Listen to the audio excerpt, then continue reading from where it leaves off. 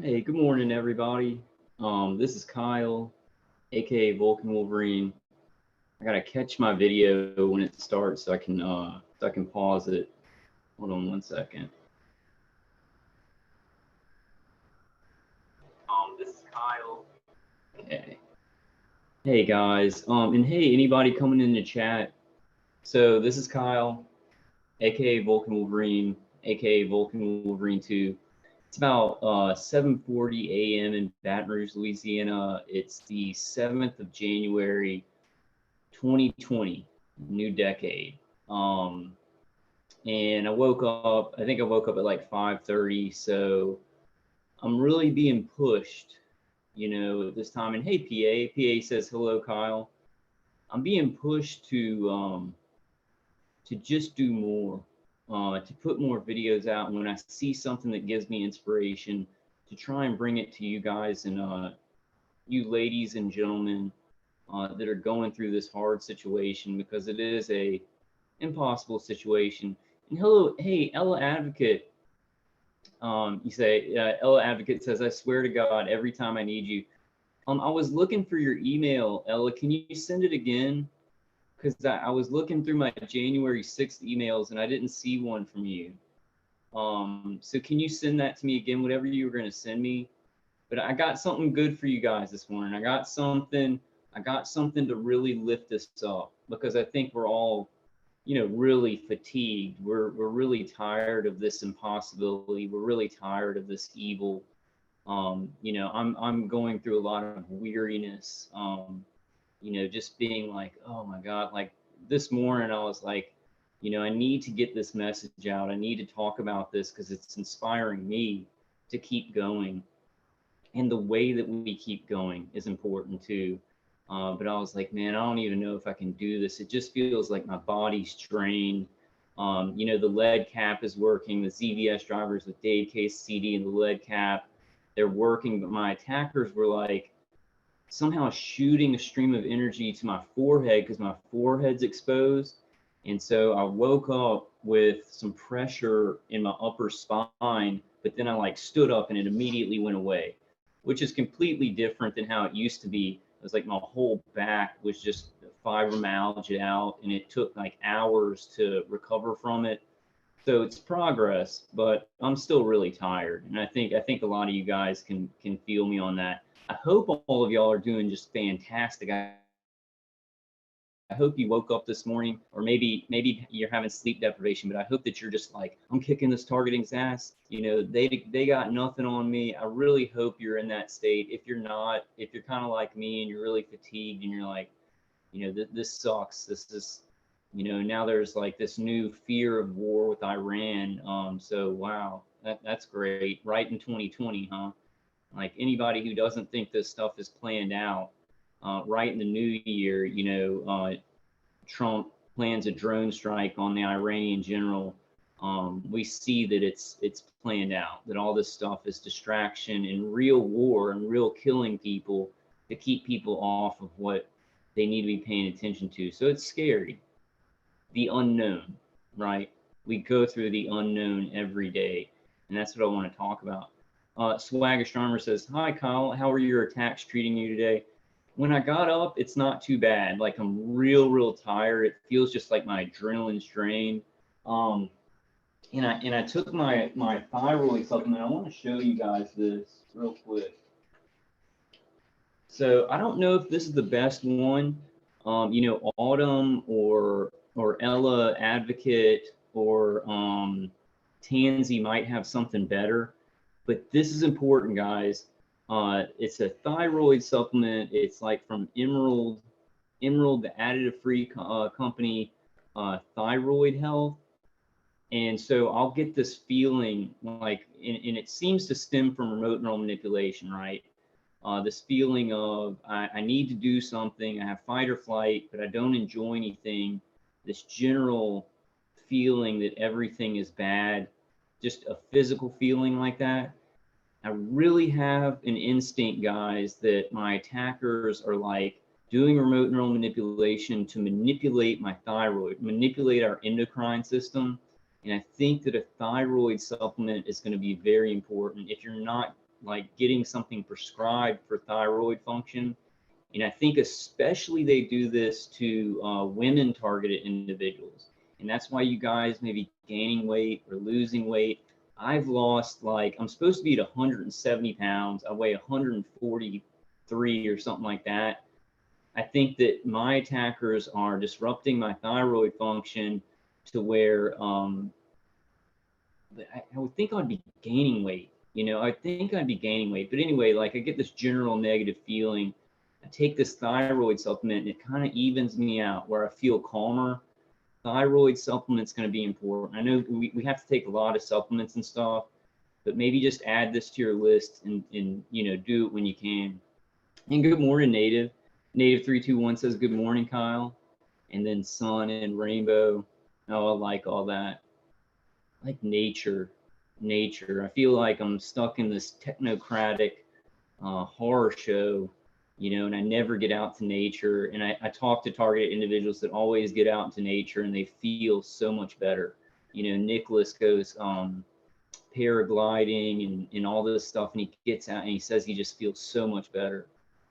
And Ella Advocate says, okay, it's probably Intercept that was just posting what departments did to me today. It disappeared. Yeah, I didn't get it. I have like maybe like 20 emails from January 6th, and I didn't see yours. I was looking for it before the live stream because I was going to maybe talk to you about it. Native 321 says, did you hear about the 40 people killed at Iranian general's funeral? No, I did not. I've got to read about that, Native. That's a mess. That's a mess. And it's going to turn into a war because the next general is like saying that he's going to have Americans' dead bodies all over the Middle East.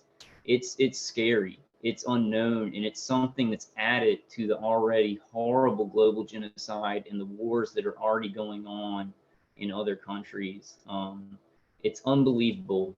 And I think it's going to put a lot more fear into people, like targeted individuals. I think we've reached our limit on fear, right? And we're just, you know, we're trying to walk in faith and do our best. But some people who are maybe non-TIs, you know, they might be hooking up with these DHS fusion centers more or targeting people more because they're afraid. And people do really bad things when they're afraid. And hey, Eminem's TI strategy guide says, morning, everybody. Dave Rodriguez says, good morning, guys. Dave Rodriguez says, there's a high percentage of women with thyroid issues, my sister included. And Dave, I really think that it has a lot to do with this targeting. I think it's a pretty general protocol that's easy for our attackers. And I don't think they have to have a lot of power or amperage to the electromagnetic frequencies to mess with the thyroid. And I swear, I take this thyroid supplement, and it doesn't like cure me where I'm like, oh, everything's great, but it makes me feel more normal. It makes me feel more balanced. I might need to go to a doctor and get my thyroid tested and everything. Another target individual friend was saying that would be a good idea. So I'm kind of thinking about doing that.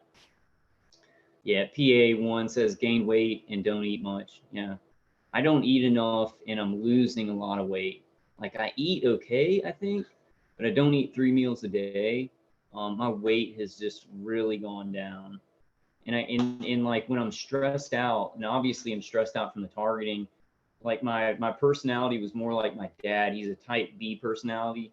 My mom's a type A. And when I get sick, I get really type A. So sometimes I'll be like, I need to do this, I need to do that.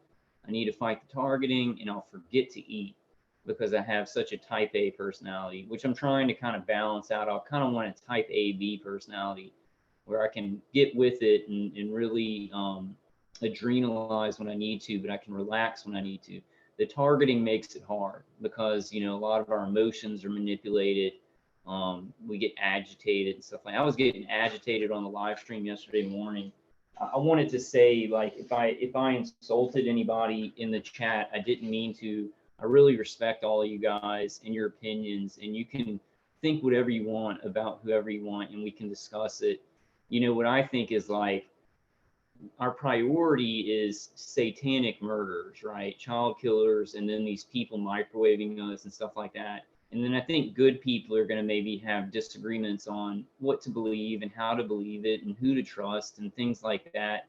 But I think that we should keep in mind the priorities of we fight for life. We're good guys. So anything we shouldn't, if we do have a disagreement or anything, it shouldn't be like, oh, I hate that person and they're a perp or whatever. You should know somebody who fights for life, and you can have disagreements and discussions. So, and we did, we did. I just want to make sure that I didn't hurt anybody's feelings or anything like that, or it it didn't feel like I was like going after him or something like that. Eminem's TI strategy guy says, "Am I the only one who gets woken up around 1 a.m.? I don't. My attackers, what they're doing now, even with the lead cap, is they're like letting me sleep. They let me sleep like 6 hours. Like I used to sleep like 12 hours. They were keeping me asleep for like 12 hours because they were getting a lot of NLP directed dreaming done. So they kept me asleep longer. But now I'm like using some defenses where they're not getting as much done while I'm asleep. So they want to wake me up, after about 6 hours. So I get like 5 or 6 hours of sleep. But with the lead cap, it's kind of changing, and I'm gaining ground, and I slept for about 7.5 hours. So you gain this ground when you use some of these defenses. And I'm going to talk about that. I'm going to read Brian Two's email that he sent out to a bunch of people. I don't want to show any personal information, but I want to read what he said about the bone conducting headphones. I ordered a pair. I had to order mine on Amazon because I wanted a wired pair. I don't want wireless. You guys can decide if y'all want wireless or not. I don't think it's a good idea because in any of those wireless earbuds or headphones, they have transistors in them, and they can, electromagnetic frequencies can be pulsed directly to the inner ear, which is a big part of our targeting. There's other protocols and angles that they do, but the pulsing of electromagnetic frequencies to the inner ear is a huge part of it. Huge part of it. Hey, Roxanne. Roxanne says, been watching Homegrown, and his last video was quite insightful. Why we feel so bad right now. Gotta ground ourselves. Yes. Ground. I ground 24 hours a day when I'm here. I'm going to get some more grounding stuff. Grounding is essential. So I'm glad you said that, Roxanne. Grounding has really helped me with the external hits. It helps me with how my body reacts to the directed energy weapons. So you said Homegrown. So everybody check out Homegrown's channel. It sounds like he knows what he's talking about. Adri Martins, and good morning, Adri Martin says, hi, Kyle. Good to see you. Stay strong and positive. Boost your energy with chocolates. Remember, the pathetic losers see you as a threat. That's why they are attacking you. You are the superior one. Yeah, and that message goes for all you guys in chat. Me and another target individual were talking about it last night, and I've heard this from another TI friend, which I don't want to say their name, and then him, and I heard it from him, where his attackers and their attacker, the other TI's attacker, said that they specifically picked them for this program because of their empathetic nature, because of their superior empathetic nature. Their ability to put themselves in someone else's shoes made them easier to like target and gang stalk and make feel bad and all that stuff. I hate admitting it because I don't want to be an empath, right? I want to kind of be one of those guys that can cut myself off and just be strong. But I'm very, very empathetic. I'm very empathic. And I'm seeing that that's a pattern amongst targeted individuals, that we're very empathic. But just as they pick us because of that, and what I said is, I said, when evil strikes at somebody, it goes for their heart, right? Well, the targeted individuals that are being chosen, we're the heart of the human race. Empaths, we feel compassion for others. We're the heart of the human race. So whatever wants to destroy humanity, it's going for the heart, But we can turn that around. We can use our empathetic nature, to help others, to be strong, to get through this, to understand other people's pain. Hey, Future Knowledge, good morning. Future Knowledge says, hello, Kyle, and everyone else. I'm just pouring that first cup of coffee down my neck. Yeah, Future Knowledge. I got my NOS energy drink. I'm going to drink a little bit of that. took my thyroid supplement, I took some kratom. I have to take, I was also talking about that to another TI. I was like, you know, before I do a video, like I have to take kratom. I have to take like at least 4 kratom to like take the edge off, the nervousness, the pain and stuff like that. And my attackers really try and give me this feeling. It's been better. That's why I've been making more videos lately, because of the lead cap, because they're doing a lot of stuff when I'm asleep. And then I'll wake up and I'll feel like, oh, I don't want to do a video. I feel real like, and I just feel like I can't be up. I feel too, you know, low key. I feel too, and I am still kind of low key, but I'm feeling more like, oh man, everybody gets it. You know, they're all targeted too, and it's not a big deal. You know, I can not have the best, brightest energy. Sometimes I do. I don't know, doing this stuff when you're under duress, it kind of conditions you, and you feel like that. You feel like it goes on so long that other people kind of see you that way, and you don't feel like that yourself. And it's kind of a hard thing to contend with, because like before the targeting, you know, I was always really funny, always really high energy and stuff like that. And I do these videos under duress when I'm being just really pounded, and I feel really depressed and stuff. And I'm like, man, people see me that way. They'll just think that's my normal personality.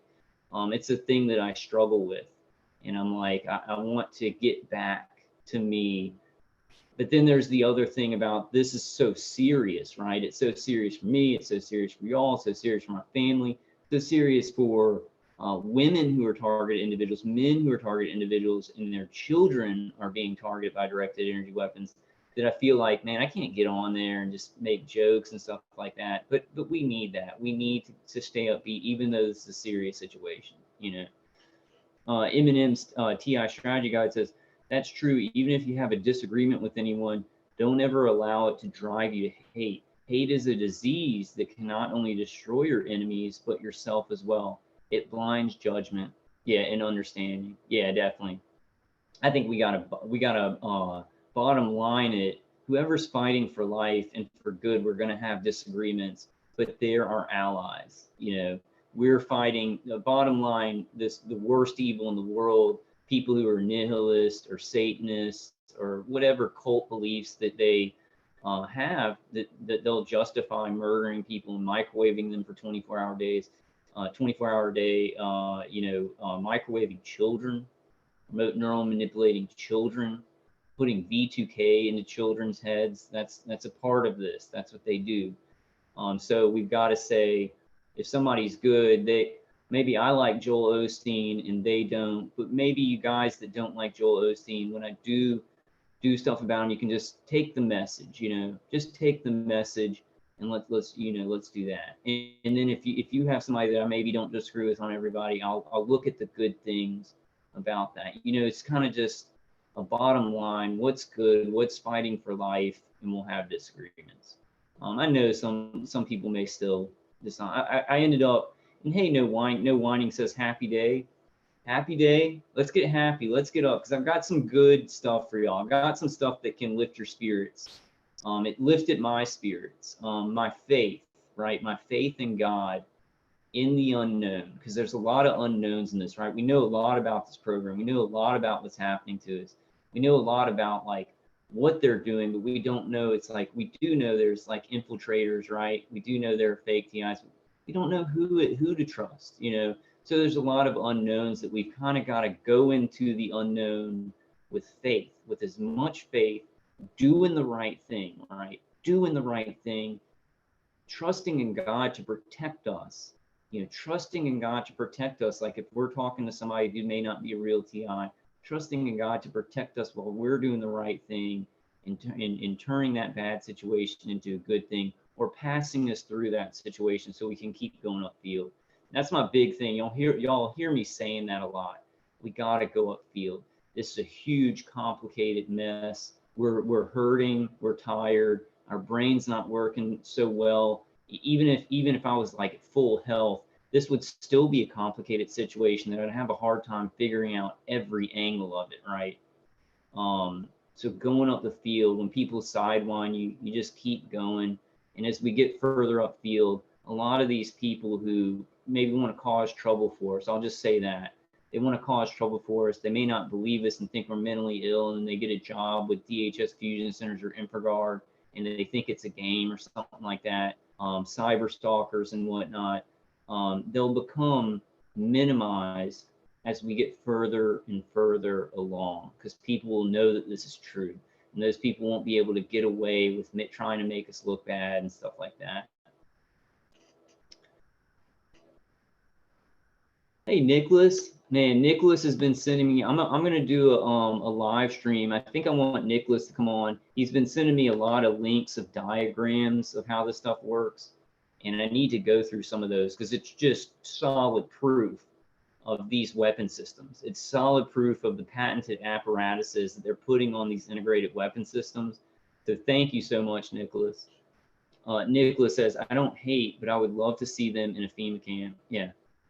I'd love to see them just stop. You know, I've gotten to a point, and good morning, Tansy. Tansy says, wow, Kyle, you're on live stream fire, mate. Yeah, I felt really pushed to do, just to do more. And I'm bringing y'all something. It's not technical information today. There's a little bit of technical information that I got to get through at the beginning, but I want to bring y'all something.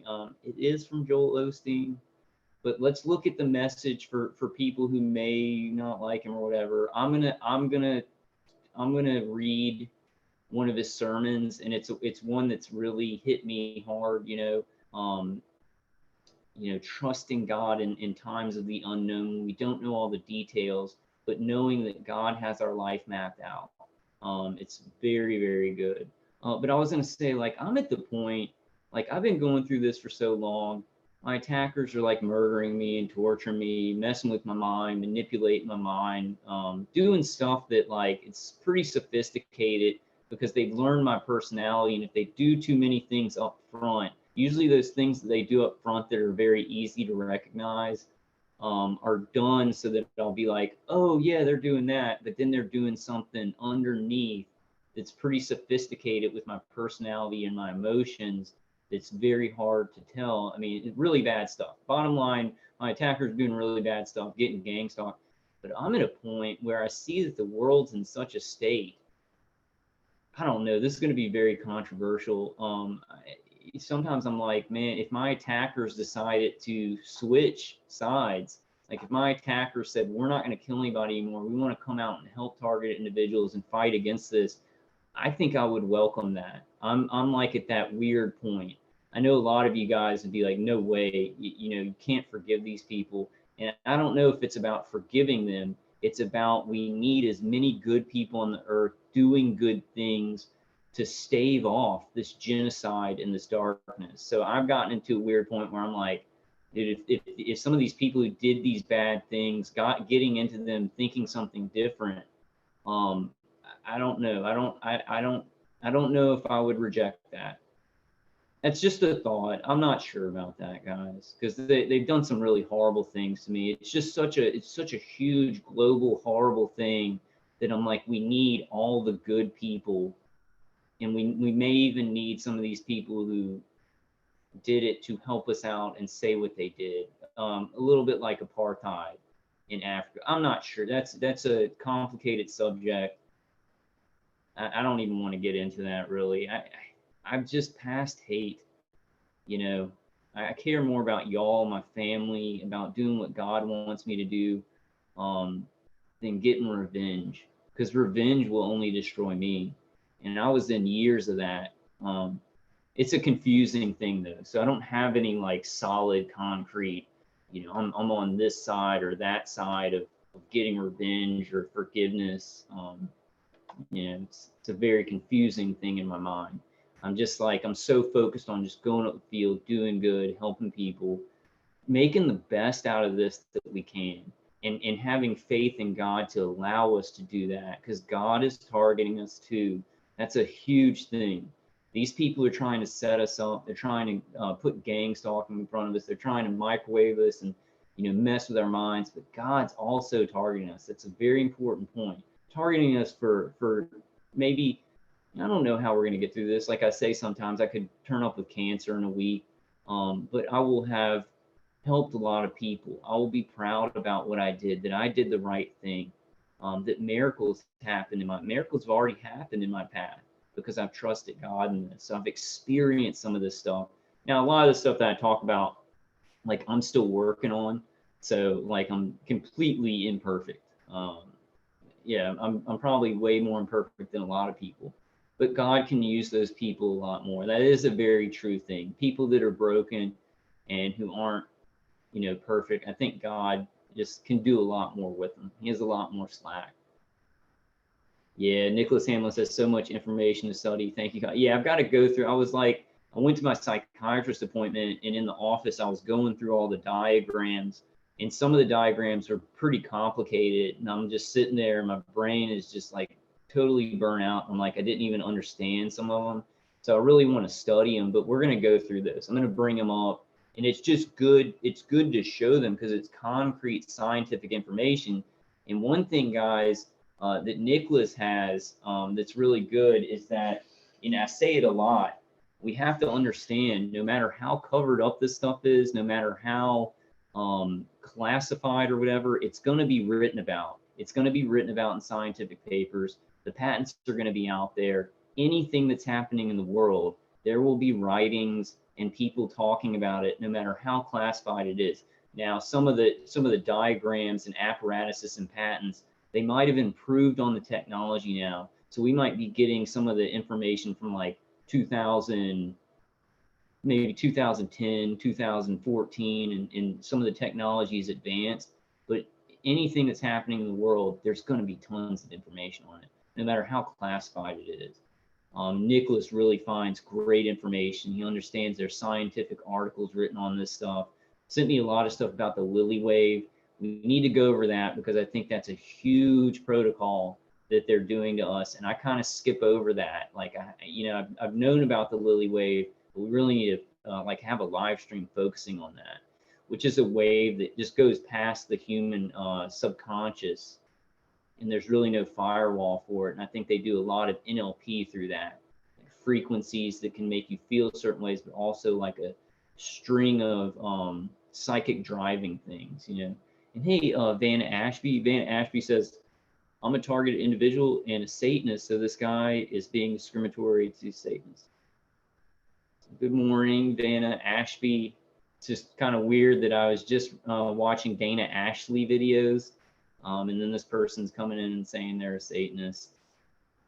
See, I don't care though. I'm gonna go upfield, and you do whatever you want, man. I'll read what you put in the comments. Why not? But hey, good morning, Roxanne Carter. Roxanne Carter says Satan hates us all, even if you serve him. I agree. Satan is the destroyer. Satan is the adversary. Even if he can give you good things in this world, it's going to turn around and bite you in the ass. Satan is completely evil. I don't see why people worship him. I don't see why you'd want worldly good things that are going to turn into tragedy, even in this world and especially in the next. But I don't want to be discriminatory. I do want to be discriminatory. It's a dumb thing. It's we gotta get away from evil and serve life and not get into anything that's too complicated where you're signing up with the devil or something like that to get good things, but you got to do bad things to get them, and bad things are going to happen to you later. It's dumb. It's dumb. It's not only evil, but it's dumb. It's dumb and evil. So, and you're fake. So I'm just going to say that straight up. Vanna Ashby says, I'm not evil. I'm a good person. Damn it. I wish Christian targeted individuals quit blaming Satanists, the devil, for all their bloody problems. I was watching Dana Ashley right before this live stream. I was watching her new thing, and this is Dana Ashby. And my attackers were kind of like prolonging me starting the live stream. And some of these people like that come in, they're cyber stalkers. They're people who are like sign up with InfraGard or DHS Fusion Centers. They get on a computer and they come in and they try and discredit us, or they try and sow discord, sowers of discord. Nah, I really don't care. It's really not sidewinding me. It's not sidetracking me. It's just, there are a lot of children dying. So any cyber stalkers or people who are ex-soldiers who signed up with this, you're child murderers. And Satan is not good, you know. So I just want to make that clear. I mean, that's just an obvious thing. Hey, Jack. Jack says there's been a lot of jet spray in here. Yeah, I've had chemtrails yesterday. Today there's not any this morning yet, but there were tons of chemtrails yesterday. And it seems like after cold weather, they will chemtrail a lot, and then it'll immediately warm up. And at one of the angles, besides like poisoning us with chemtrails and getting these toxins in us and everything like that, you know, when the sun's rays come in a natural state of the atmosphere, the sun rays go out in a natural way. But when the chemtrails are up, another thing that they're doing is they're trapping the sun in the atmosphere. So everything is warming up. So this climate change thing, it's artificial, it's manufactured. We would maybe be having a little bit warmer weather, but when they put chemtrails up, it's a certain layer in the atmosphere where the sun can't get out in a natural way, and things get a lot warmer. That's why you're getting a lot more, you're getting higher temperatures in place with already really high temperatures. And then here, like in Baton Rouge, we used to have snow, you know, sometimes during Christmas and February and stuff like that. But it gets cold, then it gets real hot, then it gets real cold, then it gets real hot because of this manufactured climate change, you know. Tansy says, Jack, that's never good, mate. Can sometimes mean something big is planned. Yeah. Seems to be like a pattern.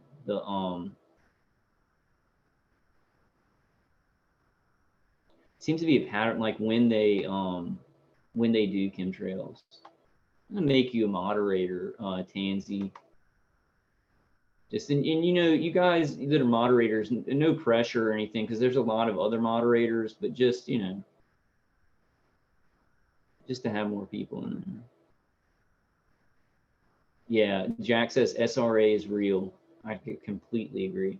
Nicholas Hamlin says Dr. Lilly with the U.S. Navy microwave communication with dolphins to goal seek finding underwater mines. Yeah, and me and a friend were talking about that yesterday, Nicholas. Dolphins actually communicate with electromagnetic frequencies. They make those little squeaking noises, but they actually communicate with electromagnetic frequencies too. Also, bees communicate with electromagnetic frequencies almost exclusively.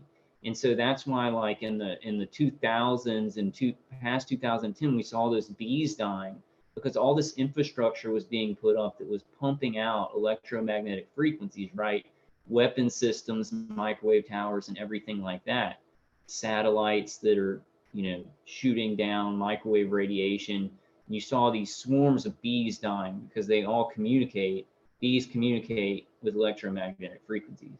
I think it's really interesting how, you know, dolphins communicate with electromagnetic frequencies, and they are like a split off from us, like in evolution. They went to the water as a mammal, we went on the land.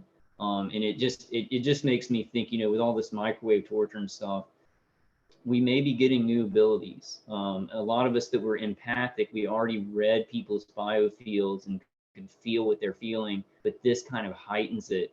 And we may be able to use some of that to understand more, to mutate into something kind of cool. I don't know. You try and find the good in all this evil, but I do think that you know, people are gaining a lot more organic, electromagnetic communication ability. Some people, I guess, would call it psychic abilities.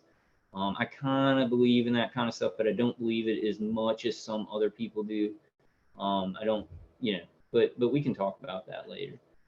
John T.I. says, Chris, they have pretended to be everyone, and just like others, people shun me now. Yeah. Hey, politically persecuted Bristol, UK says, correct, we see how things should be and are not sufficiently brainwashed by their system. This does not fit with their plan, so we are targeted. Yeah. Not compliant. Yeah, that Vanna Ashby person is the definite fake person. Because like I wouldn't normally jump to that conclusion, but I was literally watching Dana Ashley before this, and then somebody comes in and says they're a Satanist TI or whatever, and that Christians are whatever, you know. I see a lot, not right now. There's not a lot of cyber stalkers in chat, but like, you know, I see it a lot. It really irks me, and it's just these people. It's like gang stalkers, but online, you know. So it's a crappy thing when you're trying to do some good live streams, and you know we're all being murdered, and we're trying to pull together, and then these people who maybe were ex-military, or they signed up with you know, some kind of COINTELPRO job, or you know, maybe they were a gang stalker for a while and they had some aptitude on the internet, then they get hired to be cyber stalkers. Just like the guy Neil Dale that used to comment on my videos, and Tom Green. I think at this in Chief Handler, and I think at this point,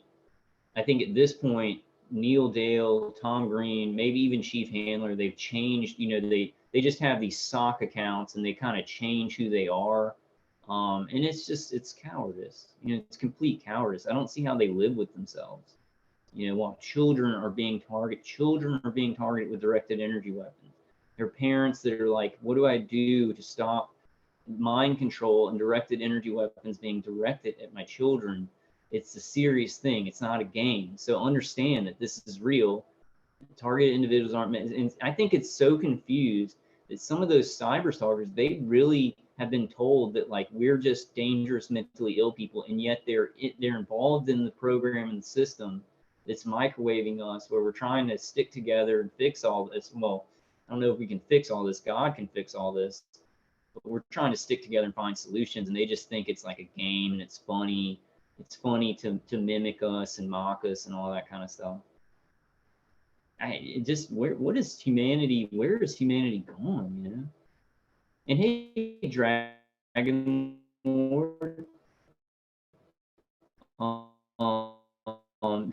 Dragon Lord says, yeah, because something happened, and because we are under frequency control, it changes our brain functions. Yeah, wrong.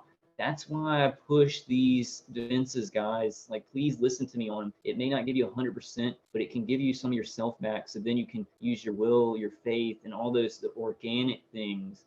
It's very important, because yeah, I kind of think this. I think the smarter that you are, right? The smarter that you are, if you're being targeted full force and you're not using defenses, you might it might be worse for you if you're highly intelligent, because these people that microwave and use this remote neural manipulation, they can turn your brain inside out, man. If you're really smart and you're a good thinker and a detailed thinker, they can kind of turn that against you. That's why I always say sweep the board. You know, sweep the board. Let's get our defenses and stuff like that. And usually when my mind can't go on, like it's just too much complication, you think from here. This thing has neurons, man. The heart has neurons. Make no mistake. And there's things about the heart and how it can feed thought and feed us, that many people in the past, they say listen to your heart and stuff like that. Those things aren't coincidence. We don't know a lot about how the heart controls the mind and the body and stuff like that. Very, very true. Hey, Jeanette, I hope you're doing well. I haven't seen you in a while. Native321 says a lot of those people claiming not to like Joel Osteen were perps trying to provoke you, Kyle. Not all of them, but some were. See through it, Kyle. I know you do. Yeah, I mean, I don't know. Some of them really don't. There's a lot of Christians who just they think he's very watered down. There's even some Christians that think he's a Satanist. But I see him as. But you're right. There are some people who try and pick at me. I'm trying to get better at that. I don't think that happened yesterday, though. I think those were real target individuals. Yeah, that's just not true, Vana Ashby. It's a lie. It's a lie. It's a lie. It's a lie told to people to get them into Satanism, that it's about self-improvement or whatever. But then it's the real thing. There is real sacrifice and things like that. It's about being selfish. If life is about being selfish and just improving yourself and doing whatever you need to others to improve yourself, then it's a lie. It's never going to improve you. To improve yourself, you have to improve others. To improve yourself, you have to improve your community. To improve yourself, you have to improve your family. We are all connected. The lie is that we're separate.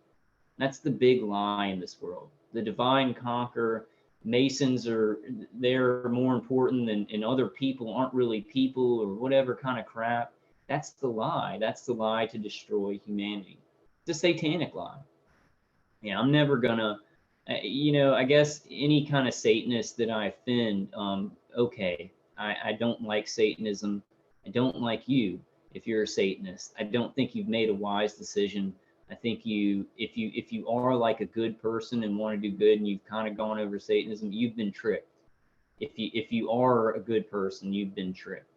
So I have a zero tolerance policy for Satanists. I think that they will get people killed even if they aren't directly killing people. And Satan is the supreme liar in this world. And some people, when they talk about Satan, like Masons, some Masons think about it as intelligence or whatever. And even that's dangerous. Even that's dangerous just to use your intelligence in this world. You have to use wisdom. You have to use your heart. You have to use your connection with God. Because if you don't, and you just use your mind, I look at my attackers, they're just using my mind. They say, this is practical. We got to sacrifice this one guy.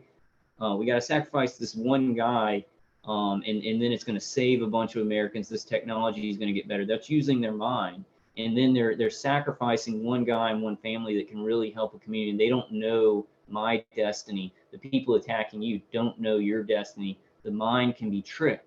The heart cannot be tricked. Well, the heart can be tricked too, but the soul cannot be tricked. The connection with God cannot be tricked. And Satanism brings people away from God. I disagree with it. I would talk to you and try and be respectful and get you back to a good way of thinking if you were for real, but you're not. You're not, because I was watching Dana Ashley before this, and you made a name that sounded like Dana Ashley. So to try and make me look crazy or paranoid or whatever, I don't care. You're fake. Okay. Okay, we're done with that. And hey, Eric says, love God, love people, tell it like it is, easy. Yeah, that's what we got to do. This stuff is so, we can't get riled up. I get riled up a lot, but look, check this out, guys. I'm so tired. It's hard for me to get riled up. I'm just gonna say what I think. Maybe that's a blessing from God that I'm so tired from this. I don't really have much anger anymore. I'm at the end of, and somebody was talking about that to me yesterday. They were saying a representation of fear is being angry. It's like an outward representation of being afraid, and I don't feel anger anymore. And that may mean that I don't feel fear anymore. And I think at the beginning I was very angry. I was very afraid. Now, I am scared of the unknown. I'm scared of how many people are being hurt. But personally, fear of losing my own life, fear of how they can hurt me, that's past, how they're hurting my family and stuff like that. It makes me real stressed out, and I want to do something about it, but I'm going to do something about it. I'm going to do the best I can. I'm going to trust in God to bring in miracles when I have faith in that unknown place. So let's get started on that. I'm going to go through Brian 2's email first. Tansy says, Eric, it is worldwide. I'm from Australia, and it is really bad. Yes, this is a worldwide thing. All the military-industrial complexes of all the bigger nations are experimenting on their own citizens, doing false flags or Zet songs on their own citizens with directed energy weapons, toxins, and neuro weapons. And then these smaller countries that are allied with the bigger countries, these bigger countries are giving them the weapons and training and then taking data from them, right? So like a smaller country, what's a good example of a smaller country? Maybe like Puerto Rico. Well, that's really part of the United States. Like a smaller country that's independent. Cuba. Let's take Cuba. Cuba is like independent. It's not connected to the United States. Either Russia or China is giving Cuban intelligence weapons like these, maybe America might be giving Cuban intelligence these weapons, but then it's asking for that data when they're hitting their citizens and hitting those Cuban embassy workers. It wants to collect that data. I think it's Russia. I think Russia is helping Cuba because Cuba is so close to the United States, either Russia or China, you know. And then probably North Korea has these weapons either from China or Russia, you know, from an alliance with China and Russia, or North Korea might even have its own weapons program. Tansy says, you do go through stages and phases where you just don't have the energy to bother with it. Yeah. I think it's our body saying, have a break and do something else for a while. Yeah. I've been kind of questioning that with my live streams. I'm like, I really think I haven't taken a break.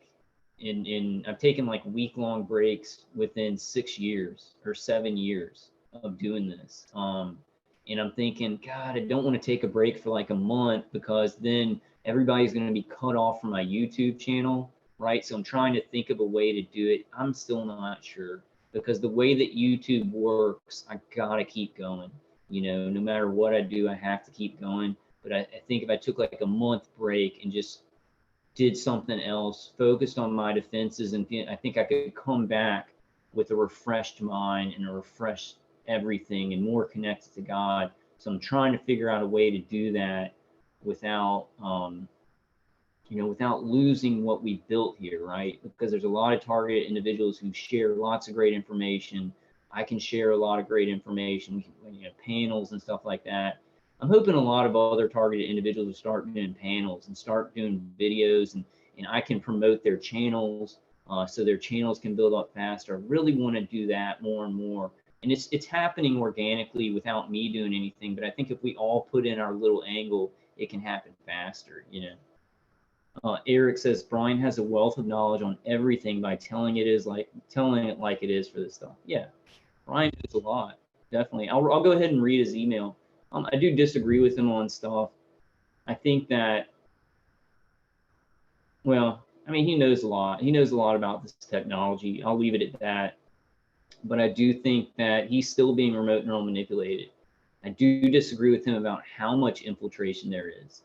I know there's infiltration, but I do disagree with how much it is. And I do disagree that we cannot lose our eternal soul, even if you have somebody who's doing street theater or something like that. We've got to trust in God that if we're doing the right thing, we're helping real targeted individuals, God's going to protect our soul if we're doing the right thing.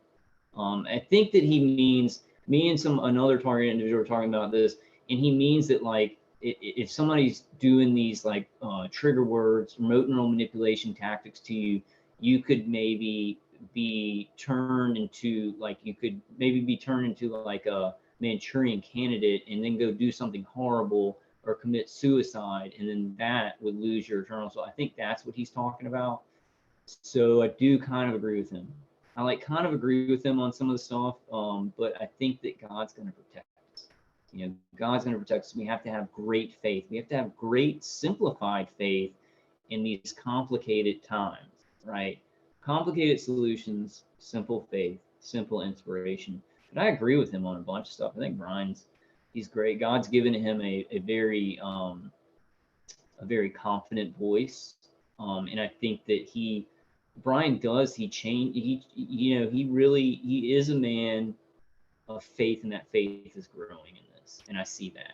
So, you know, I really want to, even if I disagree with targeted individuals on some things, I want to say the positive things that I think about them, especially targeted individuals that are like speaking out, and especially because, check this out, I really want to support this. I really want to support this. And I hope this isn't showing anybody's personal information. We'll do it quick. This is my Gmail thing. Brian sent out an email to a bunch of targeted individuals about the bone conducting headphones. So let me read it, guys. He sent it, Romola, go to store and buy bone conduction headphones. This allows you to listen to music while you are interviewing people or working, playing, etc. This allows you to hear your surroundings while listening to music without disturbing others. Don't buy cheap bone conduction headphones. Get a pair which is sweat-proof, waterproof, etc. You can purchase them at Best Buy, Walmart, or electronic stores for about $60. Don't order them off Amazon because the shadow government contractors will destroy or disable them in the mail. Go to Walmart or another department store and buy a decent back massager and neck massager. So that's another good thing. It's conduction. It's vibrations that can disrupt these frequencies that are conducting along the skin. And also it can disrupt external shocks to the body, but it can also disrupt things because they have to resonate with your brain and your nervous system. So I haven't gotten a neck massager or back massager, but I think that's a great idea. These transcranial stimulation devices kind of have that idea along with them. It's a little bit of a current, a voltage that's interfering with the conduction of these electromagnetic frequencies and stuff like that. And I think the back massager, neck massager, it's a lot cheaper, and the bone conduction headphones are a lot cheaper too. So use these each time you listen to or play music or do an interview with people. The massage units will create additional incoherent patterns. It's inside the neural pathways of your brain that the R&M supercomputer cannot remotely measure. Yeah, it's interfering. It's interfering with conduction of electromagnetic frequencies along the skin, to the nervous system, transcranial electromagnetic stimulation, and then to your neural pathways, right? So it's disrupting the whole chain of what our attackers are trying to do. I completely agree. The R&M system your brain is remotely tied to is constantly using your own composition habits against you as you formulate thoughts about music and tunes.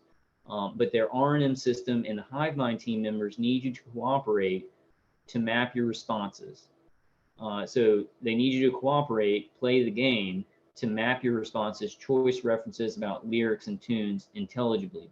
So each time you do something like an interview, make sure you do the same thing. But do so as you are listening to music or interviewing, multitasking. Otherwise, the massage units will not be strong enough to overpower the visual and verbal entrainments the R&M system is using against you 24/7.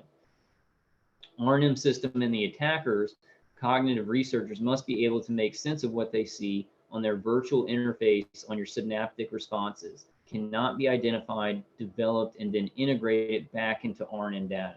Basically, by doing this, you disrupt the R&M supercomputer and force the hive mind teams to fall back on your past actions to try and predict your next move or thought. That's happened with me a lot with Dave Case's CD.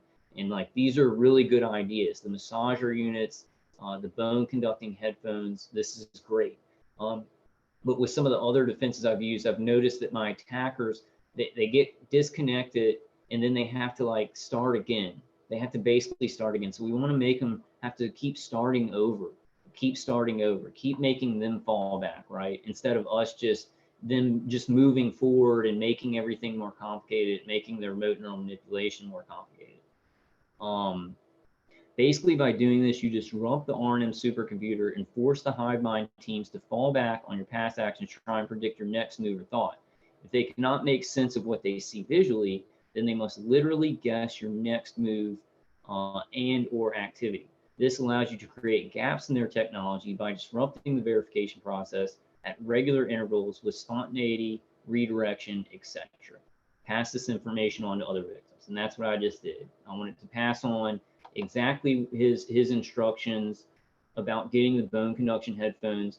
The deal with me is that I went out yesterday after my psychiatrist appointment and I looked for bone conduction headphones, but they're all wireless. Like all the ones that I found in the stores were all wireless, and I don't want wireless headphones. So me, what I'm going to do, and I would maybe recommend this to target individuals, get a wired set.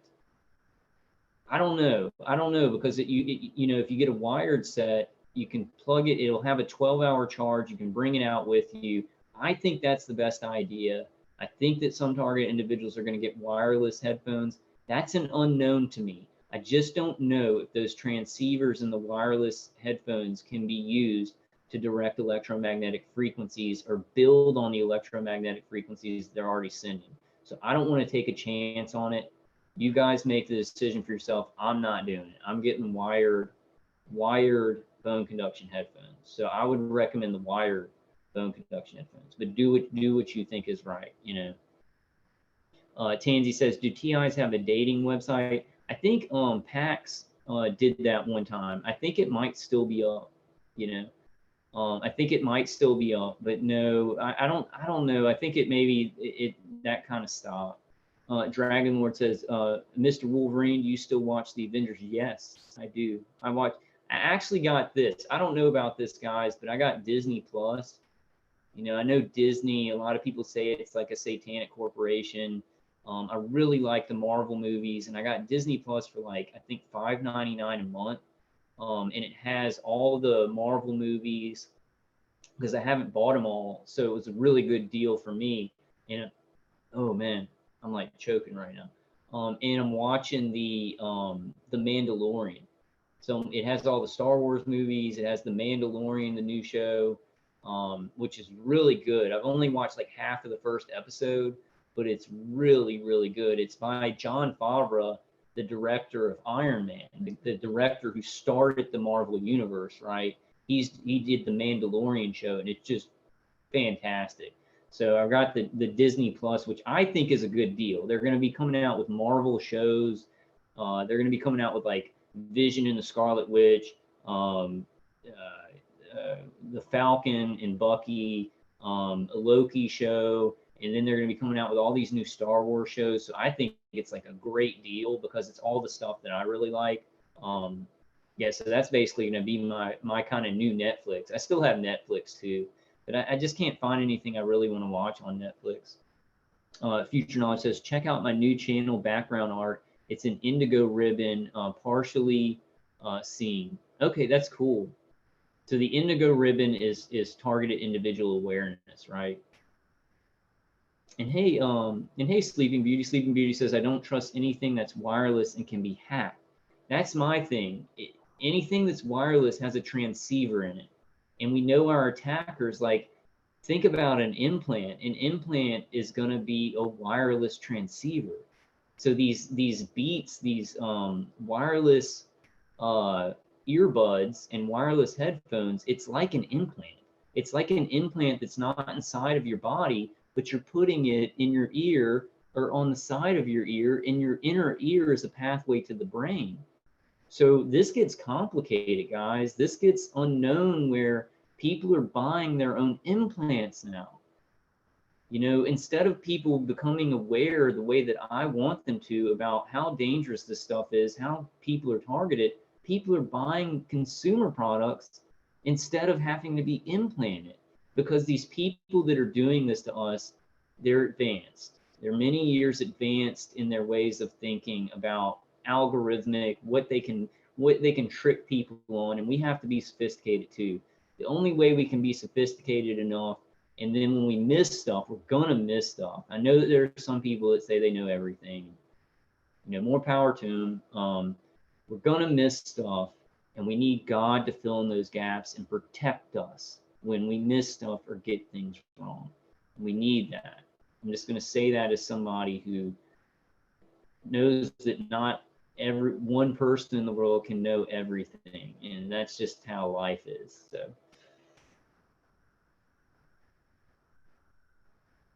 Yeah, Tansy says, no, Baby Yoda, now I want to watch it. I haven't gotten to the part where he gets Baby Yoda, but like I watched the first part, and it's just like it's a movie. It's like a show. It has 8 episodes, but it's like the production value of a movie. And I love Boba Fett. I love Boba Fett and I guess his dad or whatever. And I think there's some kind of surprise about who he is. Like at the end, it reveals who he is, and he's somebody that's really important to the Star Wars universe. Because I think the show takes place in the future. It takes place after the new Star Wars movies. I'm not sure. And nobody spoil it for me. Please don't. I'm not even going to look at chat. Nicholas says, after being told it's fire, some people will run right to the flame. Yeah, Nicholas. That's how complicated it is. Though it's a giant mess. It's a giant mess, and people aren't even on the first step of acknowledging that there are agencies and corporations that are ripping people apart in their homes. That's the first step, and then there's complications after that of figuring out how it all works. But of course, these agencies don't want the public at large to know about this stuff because they want to target them at any time. So they don't want everybody to know exactly how this works and what's going on in the details because they want to be able to target them. Dragon Lord says, I know this won't make sense, but device, wait, let's see. And nothing is stupid, Dragon Lord. I know this won't make sense, but devices are actually supposed to be hacked. I know it sounds well stupid, but think about it. Yeah, they're made for that. You're right. Like computers and things, they're made to be hacked. It's just kind of the nature of technological equipment. But we can safeguard against that to where at least, and you know, some of these methodologies they use to hack into a computer, it's like they're not even coming through the back door through software. They're sending a radio frequency to the motherboard and collecting digital information off your computer.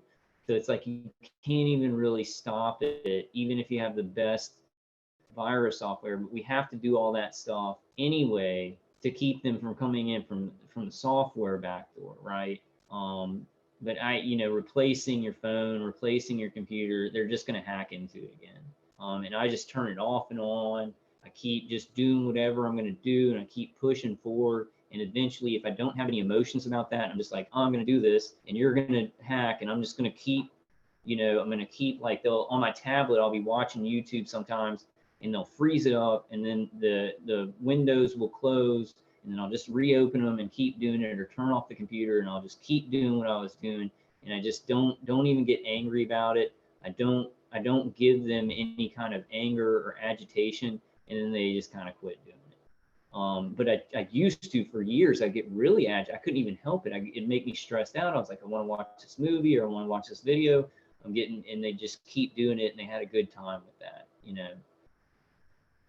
Eric says, keep trying to wake up my family. Believe me, they know everything, but are kind of hush, you all get it. Yeah. Yeah, my mom is like that. She believes me, but she's not going to just have a full-blown conversation and be like, yeah, I know that they're attacking you and they're attacking me and your dad. It's just it's something that people don't want to talk about. But it's the most important topic in the world at the moment, especially with 5G being put up and everything like that. It's the most important topic. And children being tortured and mind controlled. So some of these children are being mind controlled. They're not even going to be able to develop their own personality. Like the neuroweapons are going to mess with their white matter tracks and mess with their neural pathways and make them decide what kind of person they are, decide what they like and dislike. And it's going on now. It's not in the future. This is happening now. Charles Hall. Hey, Charles. Charles Hall says, hacking makes life easier for the hacker. It does not make things easier on the hacked. The parts wear out faster. Yeah, and I think like the hardware parts burn out faster. I think you're exactly right. I don't know what to do besides just keep trying to do what you're going to do.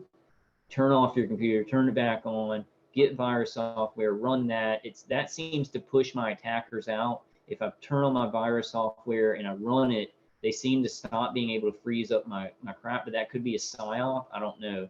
But you just find these little methods, get creative. I was telling a targeted individual yesterday, creativity is 80% of this. It's 80% of the fight with this targeting, because a lot of this is uncharted territory, right? We've got to trailblaze. That brings me to what I want to bring y'all today. And I really, man, I can just read y'all's chats all day. I need to just do some live streams where I come on and just read y'all's chats. I pretty much do. Yeah, Tansy says, Dragon Lord, don't worry, you will get used to typing in live chats. It can be crazy fast sometimes. Yeah. And that's, if I miss your chat and if I miss your comment and it's really important, just things go really fast, Yeah. Yeah, just don't, just get used to stuff. I mean, that's how I've found, like, at the beginning of this, I kind of want to, that brings me to a point. Let me read Charles Hall's comment. Charles says, do you think they may just be modulating the sounds already available in our brain? Some other targeted individuals have talked to me about that. Maybe that's a protocol, Charles. They do a lot of stuff though. And like with my V2K, It's literally people speaking into, or was people speaking into a microphone. Now it's like a chatterbox program. It's that audio modulated into a microwave and then sent to my head as microwave hearing. So it's literally voices that were created somewhere else and then being shot at my head. And then a lot of the other stuff, it's like, there may be stuff that's like what you're saying. There may be certain protocols that they're using, and it's already things that your brain is kind of creating, but it's amplifying them and things like that. But there's external stuff that they're just shooting at you that has nothing to do with you, you know. But I understand what you're saying. I understand what you're saying. There's just a lot of stuff going on, you know. Oh, thank you, Tansy. Tansy says, Kyle, you do a great job reading chats and talking about stuff you need to. Yeah, I wanted to say that. And I wanted to say, like, when I first started making videos, like, I had a hard time making a 15-minute video. I was very nervous, and I kept forgetting what I wanted to say. I was also being targeted, and you just get used to it. You do strength training, right? Like doing these panels, these 8-hour panels, y'all might not understand why I'm doing that. I do it because I think people like it. It increases morale, but there's another angle to it. It's strength training to me. If I can sit there and do a 10-hour panel and like build up my strength and my what's it called, kind of your what's it, stamina, build up your stamina, then I can do a 2-hour live stream and it's nothing, and I can do more of them. So even though we're targeted, we still have to do strength training on these important things that we think God's putting in our heart to do. Now yours may be something different, man. It might be writing a book. It might be you know, setting up rallies. It might be looking for lawyers. It might be doing, it might be other angles. It might be, you know, it just might be something different. But it might be doing this, and you've got to do strength training on everything to build up muscles. Everything's a muscle. Your spirit's a muscle. It's not really a muscle, but you can build up your connection to God. You can build up everything. Everything can be strength trained, right? As human beings, we can evolve and adapt and grow stronger when we resistance to bad things coming at us. It makes us stronger, you know. So strength training, and at first it may be really hard. You might only be able to do a 10-minute video. You might come and chat for like 5 minutes, and you're like, man, I'm getting targeted too hard, but you'll be able to do more and more, you know. Charles also says, if you have a concussion, you have an audible sound of tinnitus. Yeah, my brother shot a gun near his head. He's a hunter, and he has constant tinnitus, I think, in maybe his right ear. I'm not sure. And it creates that tinnitus-like sound. I think it's like you can have a concussion and it's affecting the nerves. It's like affecting your vestibular system. And it's kind of similar to the way that microwave hearing affects our vestibular system. It's damaging the nerves in the blood vessels the way that a concussion would, but it's doing it constantly with microwaves, with electromagnetic frequency. So that's why it sounds similar, right? But you're right about that. Okay, guys, I want to get started on this. Oh yeah, yeah, that's a good point. Nicholas sent me a diagram, and I was gonna actually say that, Nicholas. Nicholas says it's not tinnitus if you can record it, and that's the deal. If you're a targeted individual and you're getting this tinnitus-like sound, there's actually like stuff in that. There's actually like voices and commands and NLP and stuff in that. Dwight Mangum talked about it many years ago on calls. People said, no, that's silly. Some people believed it. But in your tinnitus, if you're a target individual, there's stuff in there. It's not just that ringing sound. It's not just an effect that the microwave is having on the vestibular system. There's like actual like voices, commands, psychic driving, and things like that. So in my case, like I've kind of wiped out the tinnitus sound with Dave Case's CD, with the things I'm doing. I think it's basically Dave Case's CD, because if I don't listen to Dave Case's CD for like a week, the tinnitus sound comes back a lot. Right now, I'm hearing a little bit of a twinge of a high-pitched tinnitus-like sound. Because I'm listening to Dave Case's CD every night, I don't get the full-blown tinnitus sound. Somehow that breaks that off for me. But say I didn't listen to Dave Case's CD for like a week. I get that tinnitus like sound back. It have voices, commands, psychic driving in it. Then I'd have another layer, many layers of audible V2K, where it's like 3 layers in that, plus plus there's stuff going through Lively waves. They're hitting you with a lot of layers of stuff, right? So Charles, when you're saying do they use just sounds that are occurring in the brain, probably for some of the layers they do that, but it's not like everything that they do. It's a confused mess. Yeah, Charles Hall says now add a microwave hearing to modulate the concussion. Right, and you know, Charles, that's why Dr. Hoffer was called to look at those Cuban embassy workers, because he's a concussion specialist. That's his specialty, is concussion. Think about how concussions affect the vestibular system. Think about how these microwaves, that's very important. Yeah, Nicholas says they won't leave my freaking ears alone. They keep pinging them, making them twitch. I'm so tired of it. Yeah, I'm really tired of all this. Let's talk about something that can maybe get us lifted up. We do need God. We do need our Creator. I don't understand Him fully, but I know that there's a force in the universe that wants to fight for life, protect life. That is God. In the name of Jesus Christ, I worship God in the name of Jesus Christ, through Jesus Christ. Let's talk about some of that. Having faith in the unknown. But yeah, Nicholas, have you tried Dave Case CD? Okay, I'm going to keep saying this a bunch. I say it because I love you guys. Use Dave Case CD. It is cut off the tinnitus sound to me. It's cut off a lot of the remote neural manipulation. It's very, very important. It's very specific to breaking up that biorelevant feedback loop. If not, if you don't like it, if you don't like it, and it sounds too bad, I'd still say use it, but what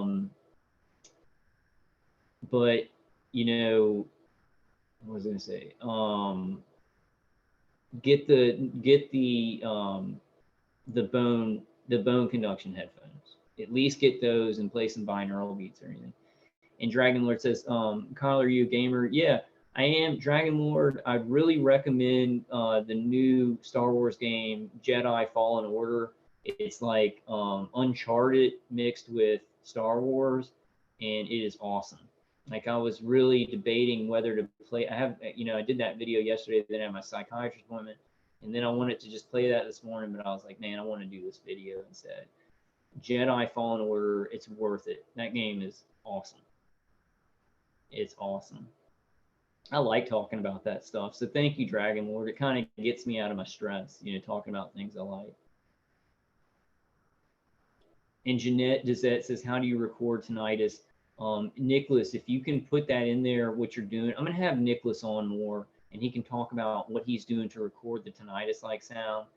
I'm going to be trying to do that more with Audacity and getting a little like an EMF mic, so I can maybe try and record my V2K and my tinnitus. I need to get on that, but there's just so much crap to do. Yeah, it's really good, Dragon Lord. Very good. Oh, really? And he says Dragon Lord was born on a full moon on Halloween Day. See, would that make him? My mom was born like October 14th. She's a Libra. I don't know. I guess I'm not into all those star signs and stuff, but I just say it. Okay, let me get to this, guys. This will calm me down. This is I'm just gonna read this. And I know some of you guys don't like Joel Osteen, but this is a sermon, Joel Osteen's Step into the Unknown. And this is something that really hit my heart. And I'll open up the chat room so I can read y'all's chats while I'm going through this. But I really want to kind of, let's all breathe and meditate, and let's go through this knowing that God has our life planned out, that God wants good things for us, that there is a force in this universe for good and for light. I'm not talking about the light of the Illuminati. I'm talking about life, in balance. And even in the worst of times, if we resist and we go into things, the unknown, with faith, that balance can rear its head, its beautiful head in our life. It's happened to me. I've experienced it.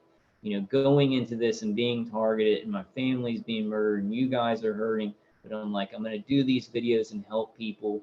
I'm going to try and work on other stuff. You know, try to get on a conference call. I did. I haven't been going on conference calls lately, but helping people, doing what God puts in your heart to help people with faith. And then these scary things in the world that are not targeting, to not feel so much fear about them, but just to do your best and help people. And we've got to trust in God. We've got to trust in God to bring victory to our life. But Joel says it really good, so I want to read this. I'm going to open my tablet. Yeah, I'm probably going to play that after this. Jedi Fallen Order, and the guy's name, he's like a Jedi. His name is Cal Seppi's something. And he's the guy who played the Joker in that Batman show in Gotham. He's like the redheaded kid. And the only thing I don't like about it is I have a blue lightsaber and a green lightsaber in the game, and I've gotten all the secret stuff. Like, I'm really good at finding all the secret little boxes and upgrades and everything, but they only give you like 2 colored lightsabers for like most of the game, unless it's longer than I think. And I want a bunch of different colors. I want like the yellow lightsaber, the red lightsaber. I want all of them because that's like the coolest thing. But you do in a part of the game, you have like a lightsaber, but then in a part of the game, you get a dual lightsaber later on in the game, which is really cool. But I just wish there were more lightsaber color. I've been playing it with the green lightsaber the most, because that's like Luke's lightsaber. You know, I don't know who has a blue lightsaber. I guess Obi-Wan. Did Obi-Wan have a blue lightsaber? I think Obi-Wan had a blue lightsaber.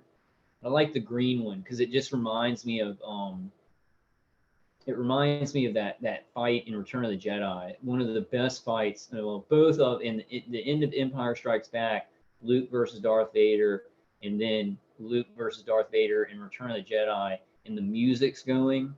I'll often have that in my head sometimes when I'm like, you know, thinking of stuff, and I'm like, yeah, I'm Luke and y'all are Darth Vader. I've actually kind of thought about that, I don't know. I think that my attackers kind of psyop me on stuff like that. My attackers do feel kind of, it gives me a Darth Vader vibe. It feels like they once did something good. They were military. They thought they were going to do good stuff, and then they somehow went into this. I don't know about that. I could be completely wrong on that. Mine just don't feel like Satanists. Maybe they're unknowing Satanists, but they don't feel like they're like ritual Satanists or anything like that. It feels like they're ex-military, and they feel like they're operating a drone. They're doing something militaristic as a top secret job, and they have a manager that says, you've got to do this. And it's kind of like they're, you know, and some of them, like the woman on there, and this can be completely psyop, guys. So I'm not sure about it, but the woman seems like she thought they were going to be getting really bad people. And since I've been really good in this and help people, because I just am good, and a lot of you guys, all of you guys are really good. We're good people. Some of these people, it seems like this woman didn't know they were just going to be murdering random good people. That could be a psyop also. So I try and just kind of ignore that. I don't know, you know. And I think most of mine is Chatterbox at this point in time. It's just the AI, and then there's maybe a little bit of manual. Well, there does seem to be a lot of brain to computer to brain interfacing, where like the guys on there, the hive mind team, will make me feel their emotions, which are vacant. And they'll also put visuals in my head, and it seems to come from somebody else's head. So I do think there's a hive mind team. I'm just not sure how much manual V2K they're doing versus Chatterbox AI, because it's been so long. You know, they were doing manual V2K back in like 2011.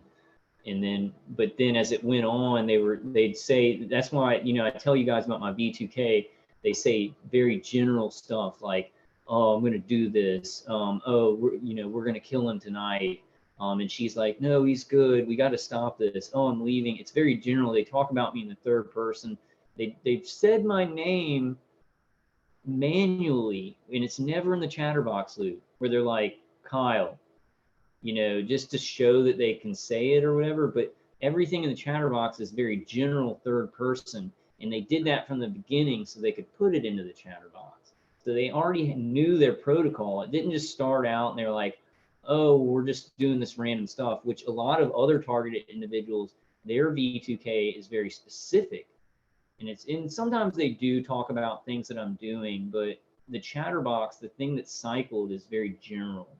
And it's kind of, it with my EEGs, if I'm feeling an emotion about something, like, let's say I got this really a passionate emotion this morning, and I was like, I got to do this. I was thinking about my dad and how he had to get staples alongside of his head because he had an aneurysm from being hit by this stuff. And I said, I've got to do it for him. I've got to make all this evil worth something. We've got to make all this evil that's happened, all these people that have died, lives have been ruined. We've got to make it worth something. And the woman was like, I can't do this anymore. I can't do this anymore. So I feel like that EEG, when I get really emotional about like, let's do this, I'm going to do a video. I don't care about how big or evil this is. I'm going to do good. The woman will chime in, and it's a chatterbox thing where she's like, I can't do this anymore. She's like, oh man, he's actually a good guy and stuff. And it's always kind of the same thing. So it kind of worked like that. And I'm talking to some other TIs about it. And we're trying to kind of put some things together to find out more about it. But let's read this, guys. Let's read this Joel Osteen sermon. Stepping into the unknown is what it's called. I want to say stepping into the unknown with faith, with courage, with I don't care how big this evil is. I don't care how big this global evil is. I'll never give into it. I will fight for good. Step into it with faith and love for your fellow humans, knowing, and when you do that, God can get in there. If you go into things and you're scared and you're like, this isn't going to work, God doesn't have room to work. And I don't know the logistics of that. I just know it's true. That when you have a lot of faith and a lot of belief that something can work, and even if you don't know exactly the details of what you're going to find, the solutions, the people put there for you, if you go into it with faith and belief, God can work miracles, which is also scientific. It's called probability. Belief increases probability. God is in science. God is right in science. God is in the quantum molecules of every scientific thought that we have thought. That's why this is an aberration. Using science to create imbalance, God does not like that. So he will lift up warriors, us, to fight evil, And I don't know how all this is going to turn out. It is really big corruption, but we've got to believe big. We've got to ask God for things that are big. We've got to say, God, please stop this program for me and my family. Please help people who are experiencing injustice. And some people die from injustice. Children starve. I don't understand all those things. So, but I do know that when I step into things with belief and faith, things can work out better. I can help people more. It can spread. It can inspire others. So it's very, very important. It's not important during the good times. Like you can have faith and be like, oh, well, I feel good and happy and people like me and I'm jovial and I can joke.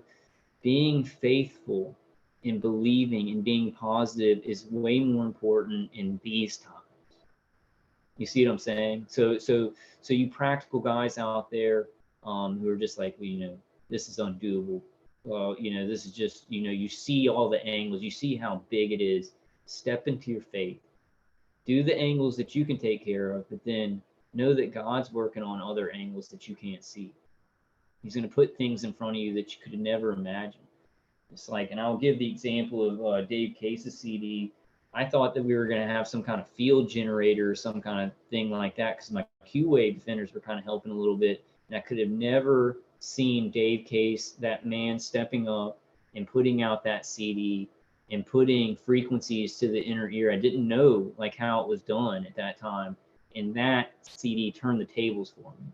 So some of you guys can maybe understand why I'm so annoying with it. Like I'll bash you over the head with it because it turned the tables in my fight against this targeting.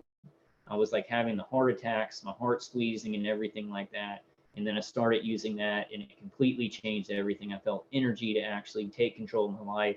My attackers weren't controlling me as much. I wasn't bedridden after I started using that CD. Let me pull up my chat, guys. Faith in God, in the name of Jesus Christ, is the number one weapon. It will lead to other weapons. It will lead to other defenses. It will lead to other solutions. But it's where you have to start. It's where you have to start. And I think even some people who maybe are not very religious, they have faith and belief and confidence. And those things are a certain percentage of the faith when you have faith in God. And those things lead to solutions and everything like that. And I'm telling you, it'll blast off. It'll blast off if you really connect with that life-giving force in the universe that fights for life, that loves life, that is balance. There's enough natural destruction in the world where we don't need we don't need these people creating imbalance. It's an aberration. And I don't think that God's down with it. Hey, Artist of El Elyon. Yeah, Artist of El Elyon says people can't wait to be a vampire leech these days. I agree. I think that a lot of people, they say, well, this system's so big. It's a systematic, genocide, or it's a systematic torture of people. There's no way, there's no way we can beat it or whatever. So they have that mentality of like, this evil's too big. I better just join it because fighting it would be too hard. I don't deal with that. Like I'll die fighting for good, like and you guys will too, and maybe we won't die fighting for good. Maybe we will change things. Maybe God will change things along the way. But I think that it gets even worse than just evil people doing this stuff. I think there are desperate people in this world, right? There's this cycle where this kind of stuff and tyranny and war and poverty, they're creating a desperation, and desperate people see how big this tyranny is, and they decide to join it. If you can't beat them, join them, or whatever that saying is for surrender monkeys. I'm not a surrender monkey. My God is big, and even if He decides, that I should die in this or get cancer, or whatever, then that's His will. I hope it's not. I hope it's not. I hope that we can get victory. Like I've found a lot of solutions. We're going to find more solutions, even if the program doesn't end this year, right? We're going to find a lot better things like the bone conducting headphones and things like that. Don't be a surrender monkey, though. There's no reason to join evil. It doesn't matter how big it is. And I don't understand those people, because there is good in this universe. It's worth fighting for. Being evil only leads to your own destruction. You may get things in the short term, but then think about people who are gang stalking or microwaving people, and they have children. They're setting up a system where their children can be microwaved, hit with neuroweapons and stuff like that. So they think they're feeding their children for now, but they're setting up their children's future for doom, right? So evil always bites you in the ass. You might as well fight for good. You might as well do it. Kind of practical about doing good. Oh, okay. Nicholas says, can somebody please send me a high quality WAV or FLAC copy of Dave Case's CD? I've just got the CD, Nicholas. Yeah, let me see if I can turn it into a WAV. I think I have a CD converter thing. But Dave, like, dude, all those things, it was on SoundCloud, and then Autumn found this Tinnitus site that it was put up on, but all those things were taken down. Like all those things were disappeared. And that's a huge sign, guys. That's a huge sign that it's something that this program knows about. It's something that these contractors know about, and they don't want it out there and easily accessible. Go to antitinnitusb2k.com to order the CD, and Dave will send it to you. I'll work on getting you a WAV file. But I don't know if you need to send me an email, Nicholas, so I can send it to you by email. Okay. So I'm just going to read this. I'm just going to read a sermon. It's really, really good. I want to talk to you today about stepping into the unknown. When I type an address in my navigation system, there's an option that comes up and it says route overview. If you click that, it will give you all the details of your trip. There may be 15 different instructions. Travel 6 miles on this freeway, get off at exit 43, go 400 feet, turn left on the intersection. Knowing these details makes us comfortable. And in the same way, God has a route overview for your life. Before you were formed in your mother's womb, He laid out your plan. He not only knows your final destination, but He knows the best way to get you there. But one difference between God and a navigation system is God doesn't show you the route overview. He doesn't tell you how it's going to happen, how long it's going to take, where the funds are going to come from, who you're going to meet. He leads you one step at a time.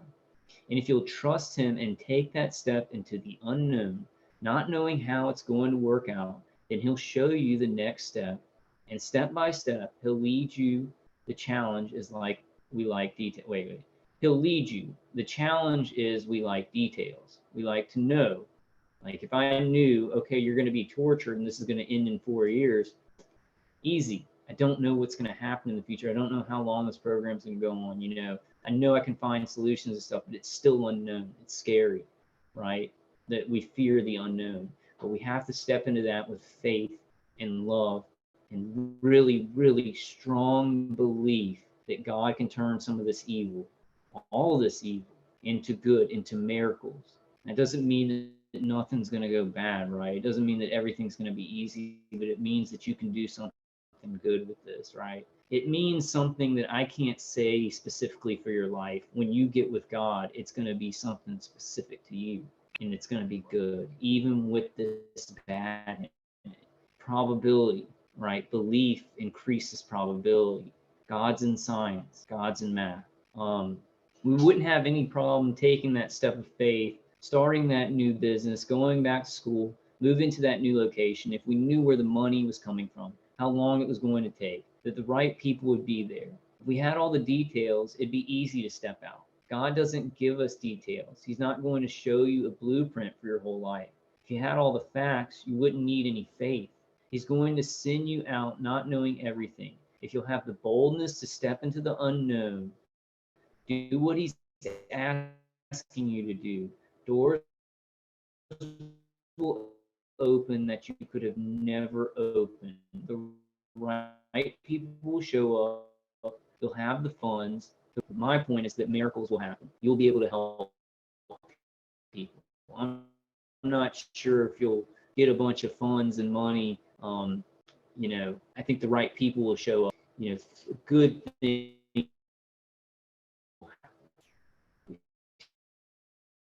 step into faith. It's happened for me with this loop. Helping the V2K is going right now, and I deal with remote neural manipulation, but it's bearable. I can push forward. I can function in my life. I went to the supermarket yesterday. I went to the psychiatrist. Had a great appointment with a psychiatrist. I didn't expect her to end this program. I had a conversation about Christmas, about taking lorazepam. She's a good person. She's a good person, and she at the end of it, she was like, "So you're not going to hurt anybody yourself." She felt that she was insulting me by asking that. Even though I talked about my V2K in the appointment, I was talking about the target. I was talking about these videos. I was talking about rallies. I was talking about everything that we're going through, right? She felt like she was insulting me when she said, it would have been 2 weeks. She ain't worried about me, even though I'm talking about E2K and everything going on. And she's a very good person, and we have good conversations because I go into it and I know that she's not a bad person. She's actually a resident who's going to go into her own practice, right? So she's not completely indoctrinated yet. She has her own mind still. She's a very good person.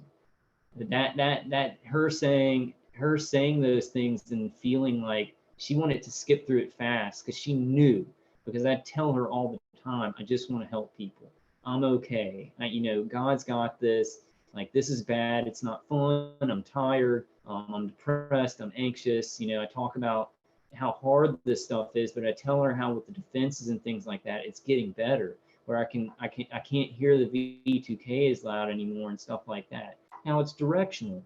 I told her it was directional, and she was like, "That's really weird. It's not in your head." And I was like, "No, no, it's not in my head. Feels like it's coming from that way all the time." Um, but see that positive attitude, that faith that you can't trust everybody, right? But I've talked to her enough to where I know she's a great person. She's a good person. Some psychiatrists are good people.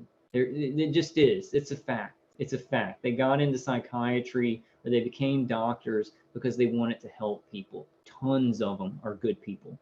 And a lot of them are kept in the dark about this stuff. And then when they're confronted by it, they don't know enough about it, and they do go by protocol. And then maybe we think, oh, well, they're part of this. It's medical COINTELPRO. They were sent here by these agencies and they want to hurt me, right? So that's how it appears sometimes. And sometimes that is true. But I would say in the larger percentage of time, these people are good and they just are not equipped to deal with this. They do not have the knowledge. But if we go into a situation, I'm not saying run to the doctor, run to a psychiatrist. I'm just saying this situation with my psychiatrist, it was a positive experience because I'm working in faith. I'm working in faith that God put her there to help me as much as she can, right? God's going to send people.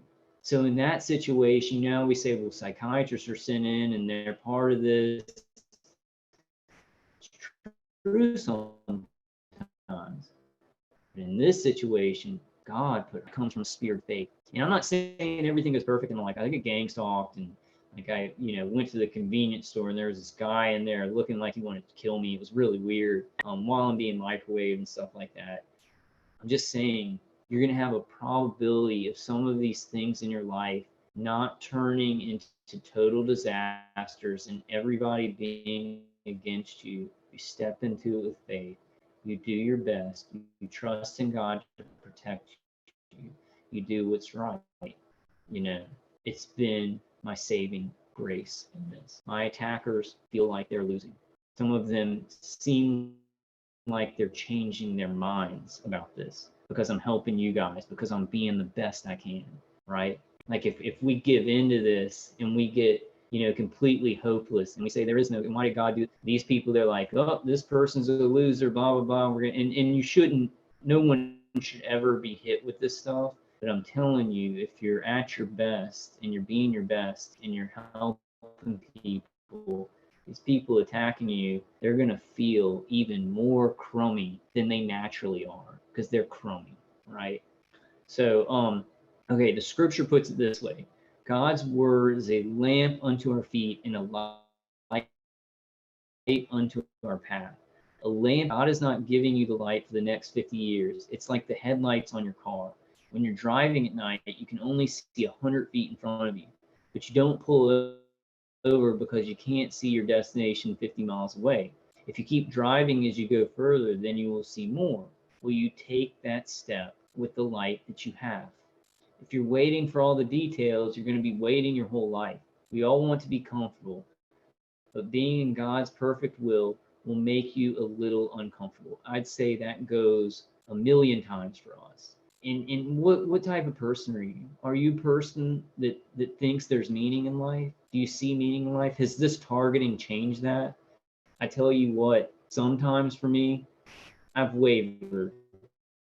Things are just variables. This wasn't my destiny, but I'll tell you what, I always come back to it and I stay strong in that there's a reason for everything. I was born in this time. Bad things happen in this world. This technology was going to come along. It was going to be misused by evil people. I'm here and God needs me here. And there's meaning in this. There's meaning in my life. We are alive, guys. We're still alive. I know our lives are hellish. I'm telling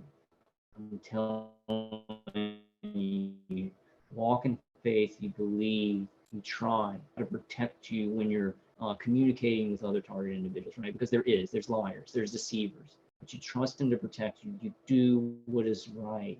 And if that person's going to use trigger words on you or something like that, you say, good day, you know, you be nice or whatever, and you move on to somebody who's real. But you walk through faith and not fearing everything, because we can get into a trap. And this is what this does instinctually to a human being, where we see that everybody's against us. We see that everybody's a gangster. We see that nobody and nothing is for real. It's happened. It's happened to me, you know, and not as bad, you know, not that bad, but you know, it gets to you. It gets to you, and that's just not true. There's good in this world. There's good in this world. And we're the head of this. I don't want to say that because that's some kind of like military thing. We're the trailblazers of good, of knowing about. If you're waiting, but being God's perfect will make you a little uncomfortable. And I'd say this makes me very uncomfortable in this. I don't like talking about this stuff. I feel like people who are not targeted are going to see me as crazy. You know, I feel like I'm being, you know, my attackers doing remote neural manipulation stuff, hitting my back. I feel stressed out. I feel like even some targeted individuals, they're going to think that I'm an agent because like I'm getting through this. Just like I was talking to some TI yesterday and I said, I never stop making videos. And I see people who like have had to maybe stop or they can't make any videos because they're attackers. And I'm like, you know, if me getting through this actually makes people not trust me more, I'm like, that's too confusing. That's so screwed up. I don't care. I'm going to do what's right. I'm going to get through this targeting. I'm going to run my race, right? You got to run your race. Don't look at what other targeted individuals are doing. Don't look at what other non-targeted individuals are doing in their life. Run your race with God. And that's a hard thing. We all look at other people and we're like, you know, what they're doing is, should I be talking about that? Should I be doing that? Oh, I wish I had the nice house and family, and I wish I wasn't targeted. We've got to run the race that God's put in front of us and have faith. He put us here for a reason. We are alive. It's a great gift. Even with this pain, it's a great gift. Maybe this can make us even better than we would have been in a comfortable life. You know, think about those things. Perspective, right? Change your perspective. It's a big part of faith. When you can't change a situation, it's a big part of connecting with God, that you change your perception, perception and what's the other one? Perception and I can't remember the other one. Perception and perspective. Perspective, right? There's a healthy tension to where you have to stretch. You have to pray. You have to believe. You're not sure how it's going to work out. That's when you're growing. That's when you're growing. That's when you're learning to trust God in a greater way. And God is not just interested in the destination. He's teaching you along the way. He's getting you prepared, growing you up on purpose. God will put us in situations where we're in over our heads, where our friends can't help us, where we don't have the experience. And too often we shrink back and think, I'm not going there. I'm not qualified. I'm too nervous. What if it doesn't work out? This is for us, guys. This sermon is for us. We're in over our heads. Any targeted individuals that doesn't say they're in over their heads, they're probably just misjudging the situation. We're in over our heads. This is huge. But when we have God, it's not too big for you. God knew you would be nervous. He knew you wouldn't feel qualified. That's a test. Are you going to talk yourself out of it? Are you going to let the fear of what you can't see hold you back? Are you going to be bold and step into the unknown? And the unknown is where miracles happen. And the unknown is where you discover ability that you didn't know you had. And the unknown is where you'll accomplish more than you ever dreamed. Just because you don't have the details doesn't mean God doesn't have the details. He has the route over you for your life. He wouldn't be leading you there if he didn't have the favor, the provision, everything you need to go to the next level. Like, and when I'm reading this, guys, I'm not saying we're going to have big houses and normal lives and everything like that. I'm saying that we can create good out of a bad situation. You know, so please don't think that I'm saying everything's going to turn out and the programs that, you know, I don't know. God has no limits. So I don't want to put limits to this. but try and take it with your relationship with God and in your race, your individual race, not in your individual battle. Battle with life, battle with the targeting, battle with all the gang stalking and everything. One thing I like about my navigation system is it gives me exact details. Go 9.3 miles down this freeway, then it counts down the whole way. 8 miles left, 7 miles, 6 miles. It's all right in front of me. God is just the opposite. He'll tell you, go down this road. The first thing we do is ask for details. How far do you want me to go? No answer. What do you want me to take? No answer. Who's going to be there to meet me? No answer. Can you endure the silence of not knowing everything? Will you trust God even though you don't have all the details? Will you take that step of faith even when you're uncomfortable, you're nervous, not sure how it's all going to work out? This is what Abraham did. God told him to leave the place he was living, pack up his family, his belongings, head out to the land that God was going to give him in his inheritance. The only problem was God didn't give him any details. The scripture says Abraham went out not knowing where he was going.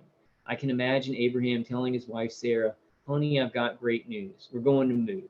God promised me he's taken us to a better land where we're going to be blessed in a new way.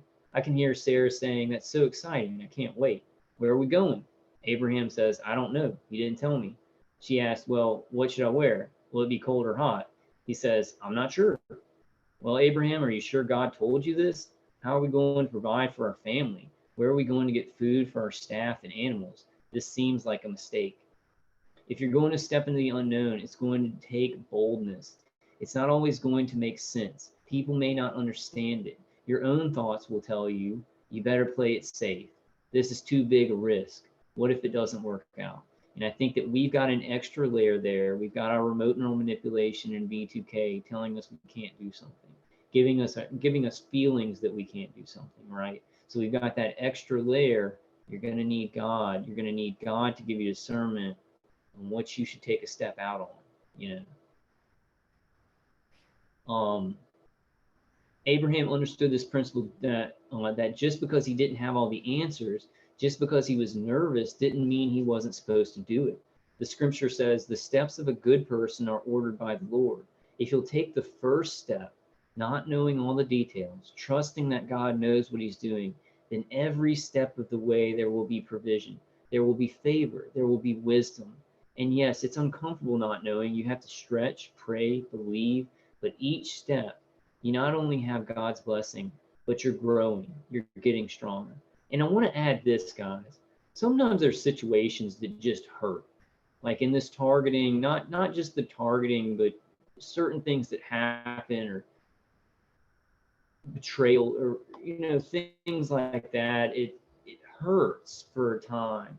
And I've been in those situations where in that moment I can't really feel like, oh wow, this is all going to work out.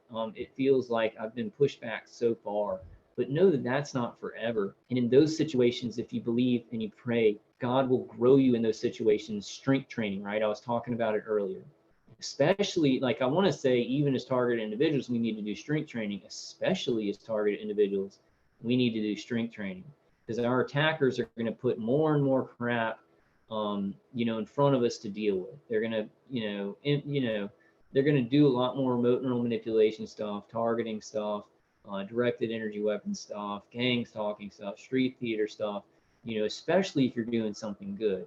So we have to do that strength training, and sometimes it's just going to hurt. It's going to be so bad that you're just like, I can't even figure this out. This is really bad. It crushes my heart. It's just going to be that, but that's when you're growing. If you don't give up and you keep believing in God that he's going to use that bad for your good, you're growing in those situations. You're growing in those situations. You're getting stronger. And maybe in that moment you feel less and you feel weak and you feel like I can't grow back. I've lost something. But you'll be surprised. If you stay in faith, you'll be surprised if you keep believing, keep praying, that when you get out of that, you're going to be like, wow, I could take on an army of elephants now. I'm so strong. You'll be very surprised. And it's kind of just how humans work with resistance and things that happen to us.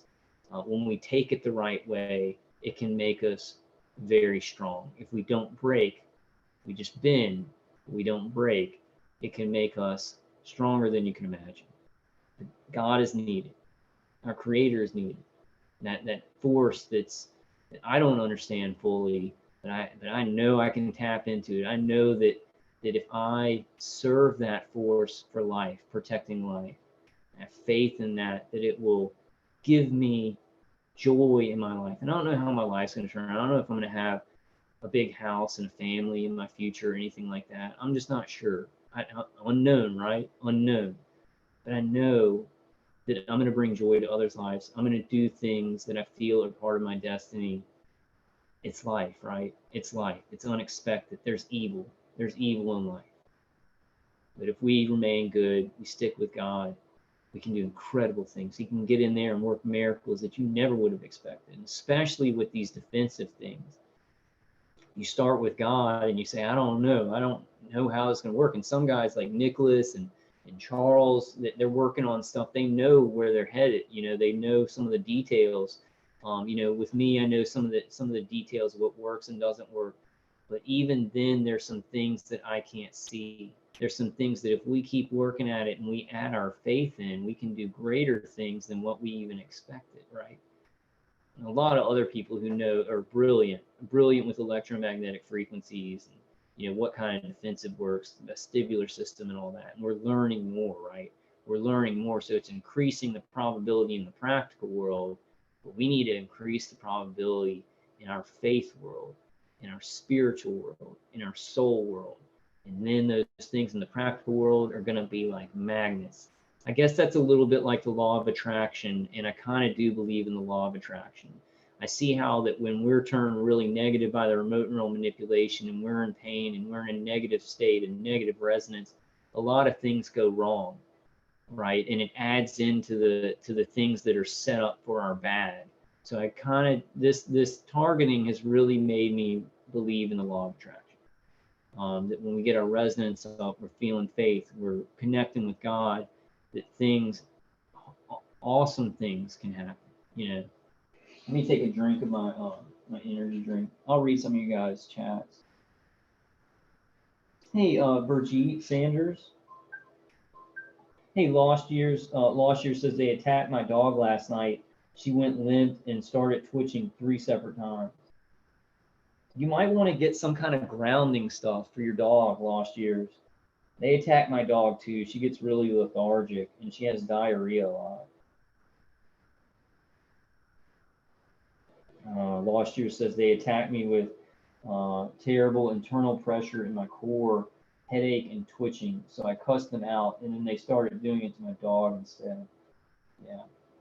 I really tried Dave Case's CD, Lost Years, because like when I stop using Dave Case's CD, they'll attack my stomach and my chest. It'll be like my stomach's being ripped out.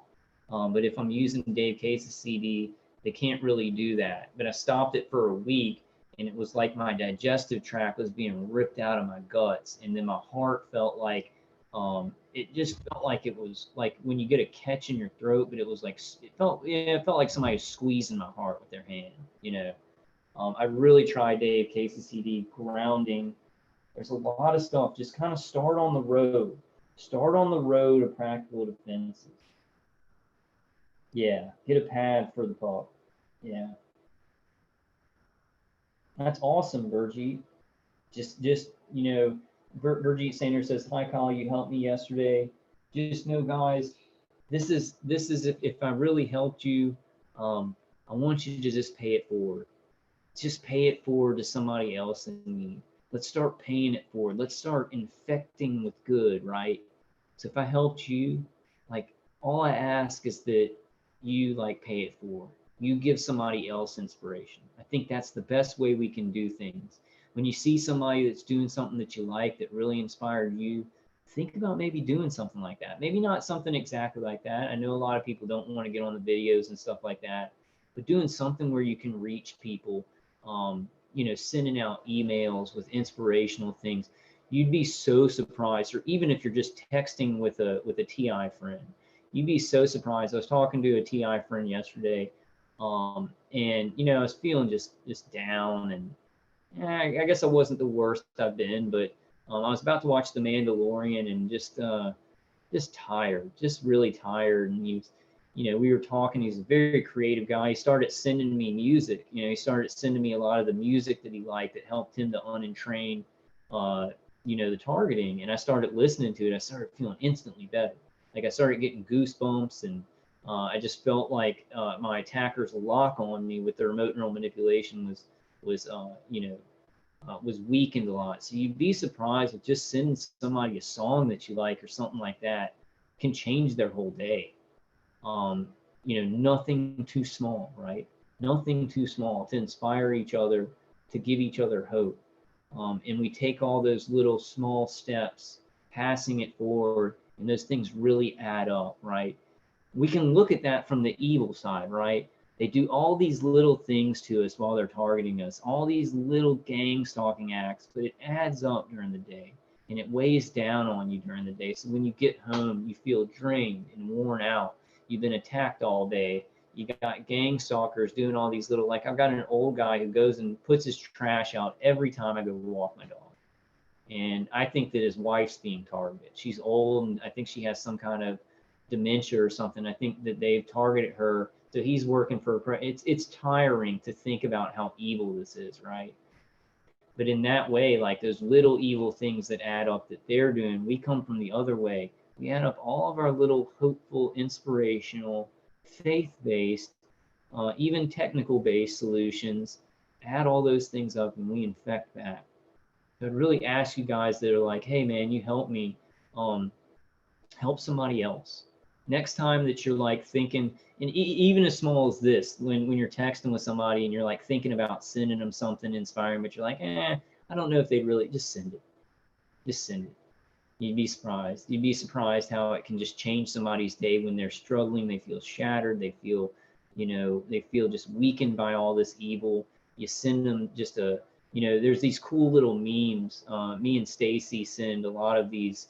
You just go into Google and you look up like, I love you, or God's going to make you strong, or those things. Go look up kind of like, not memes, but inspirational sayings and what you want to say to somebody. Maybe you're tired and you don't know the exact thing to say to them, but think about what you want to say to them. Look it up in Google and find some inspirational quotes to send to them.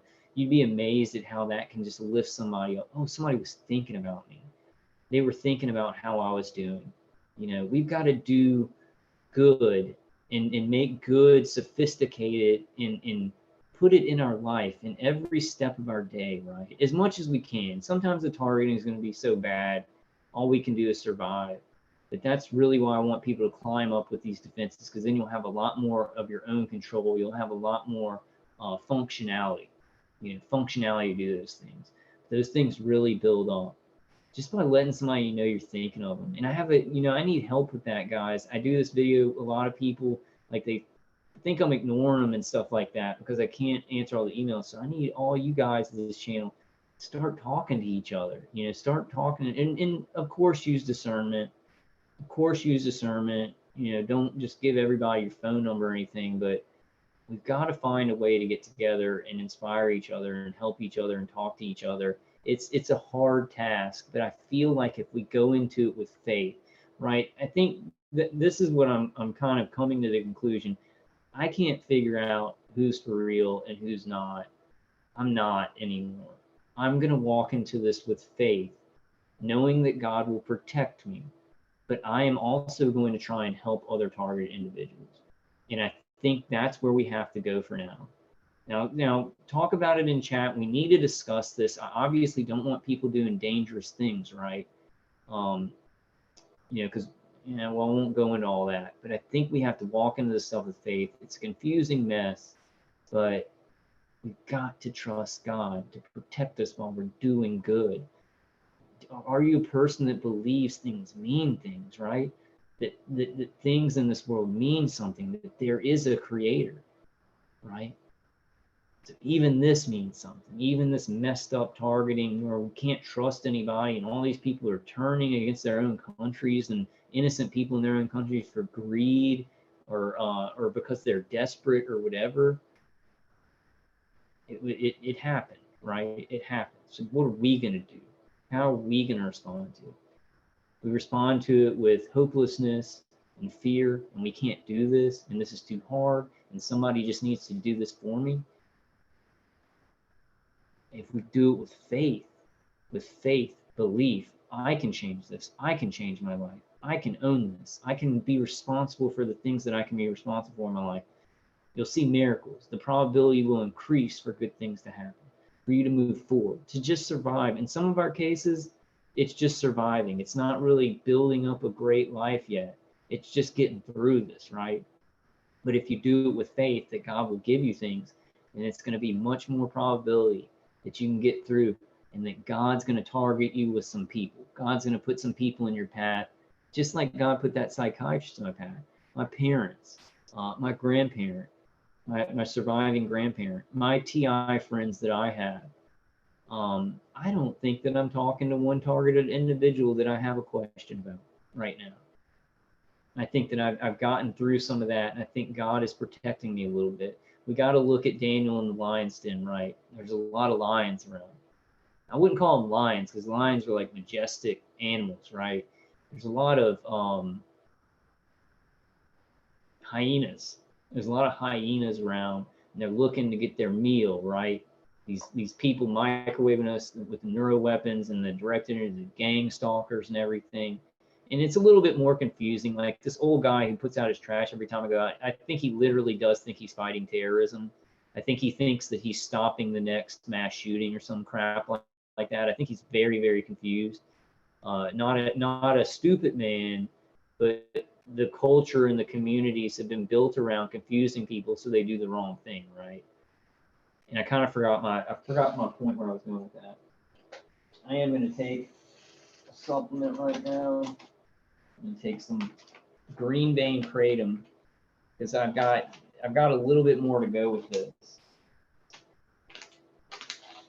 Tansy says, if I have to go through 1,000 perps to get to one real TI, I will do it. I think that's a good way to think about it.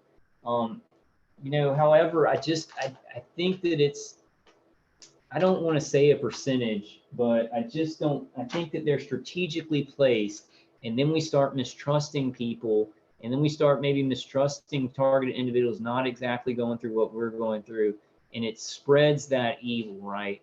Those evil, deceitful actions reverberate.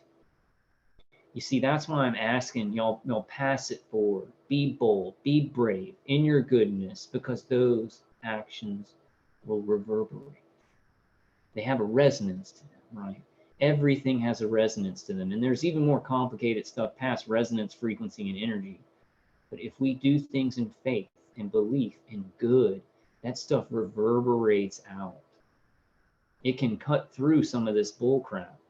But also those evil things, like deceit, trying to cause fear in somebody, those things also reverberate through communities. And our community is heavily attacked, so some of those negative things are reverberating through our communities, right? And so we have to fight back with the opposite, with positive, with love, with light, with faith. A lot of science-based people who are practical, they're like, love is the answer. What are you talking about? Love is the answer. Trust me, I'm a very practical guy. Love is the answer. Love and faith, love for your family, love for other people, connection to God, faith, it's where it starts. It's where it starts, especially in this world where everything is like so big and corrupted, and there's so much tyranny everywhere and stuff like that. It starts with love and faith and belief that good can reverberate too. There's an algorithm to good. There's an algorithm to doing what's right. There's an algorithm to believing in the impossible. When you believe in the impossible, you increase probability. I don't know how much percentage, but it's a big percentage. When you kind of are going through things and you're like, well, if it works out, it works out, but I don't really think it's going to work out. I don't believe it's going to work out. You're decreasing the probability, like, I don't want to say 100%, but it's not good. You know, you have to believe in stuff, even when it feels like you can't believe in stuff. That's especially when you need to believe in it. When it feels like this can't work out, it feels like that. It looks that way to our brain, you know, and especially very intelligent people, because they see a lot of angles. They see how bad this is, right? Sometimes we got to bypass that. We got to say, God's got something that I can't see.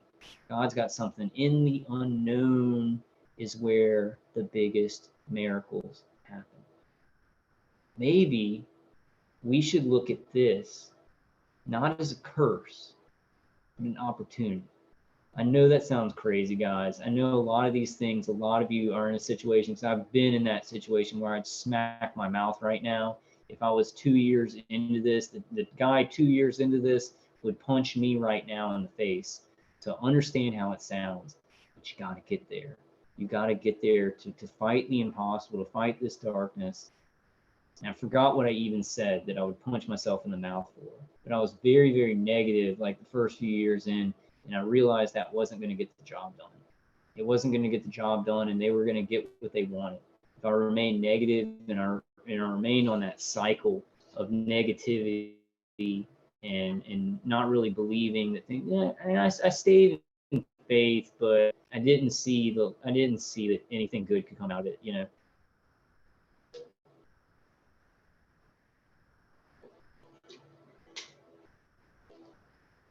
Yeah, Burjeet Sanders says, this is a perfect comment. Burjeet Sanders says, yes, Kyle, for me, the world is black and white.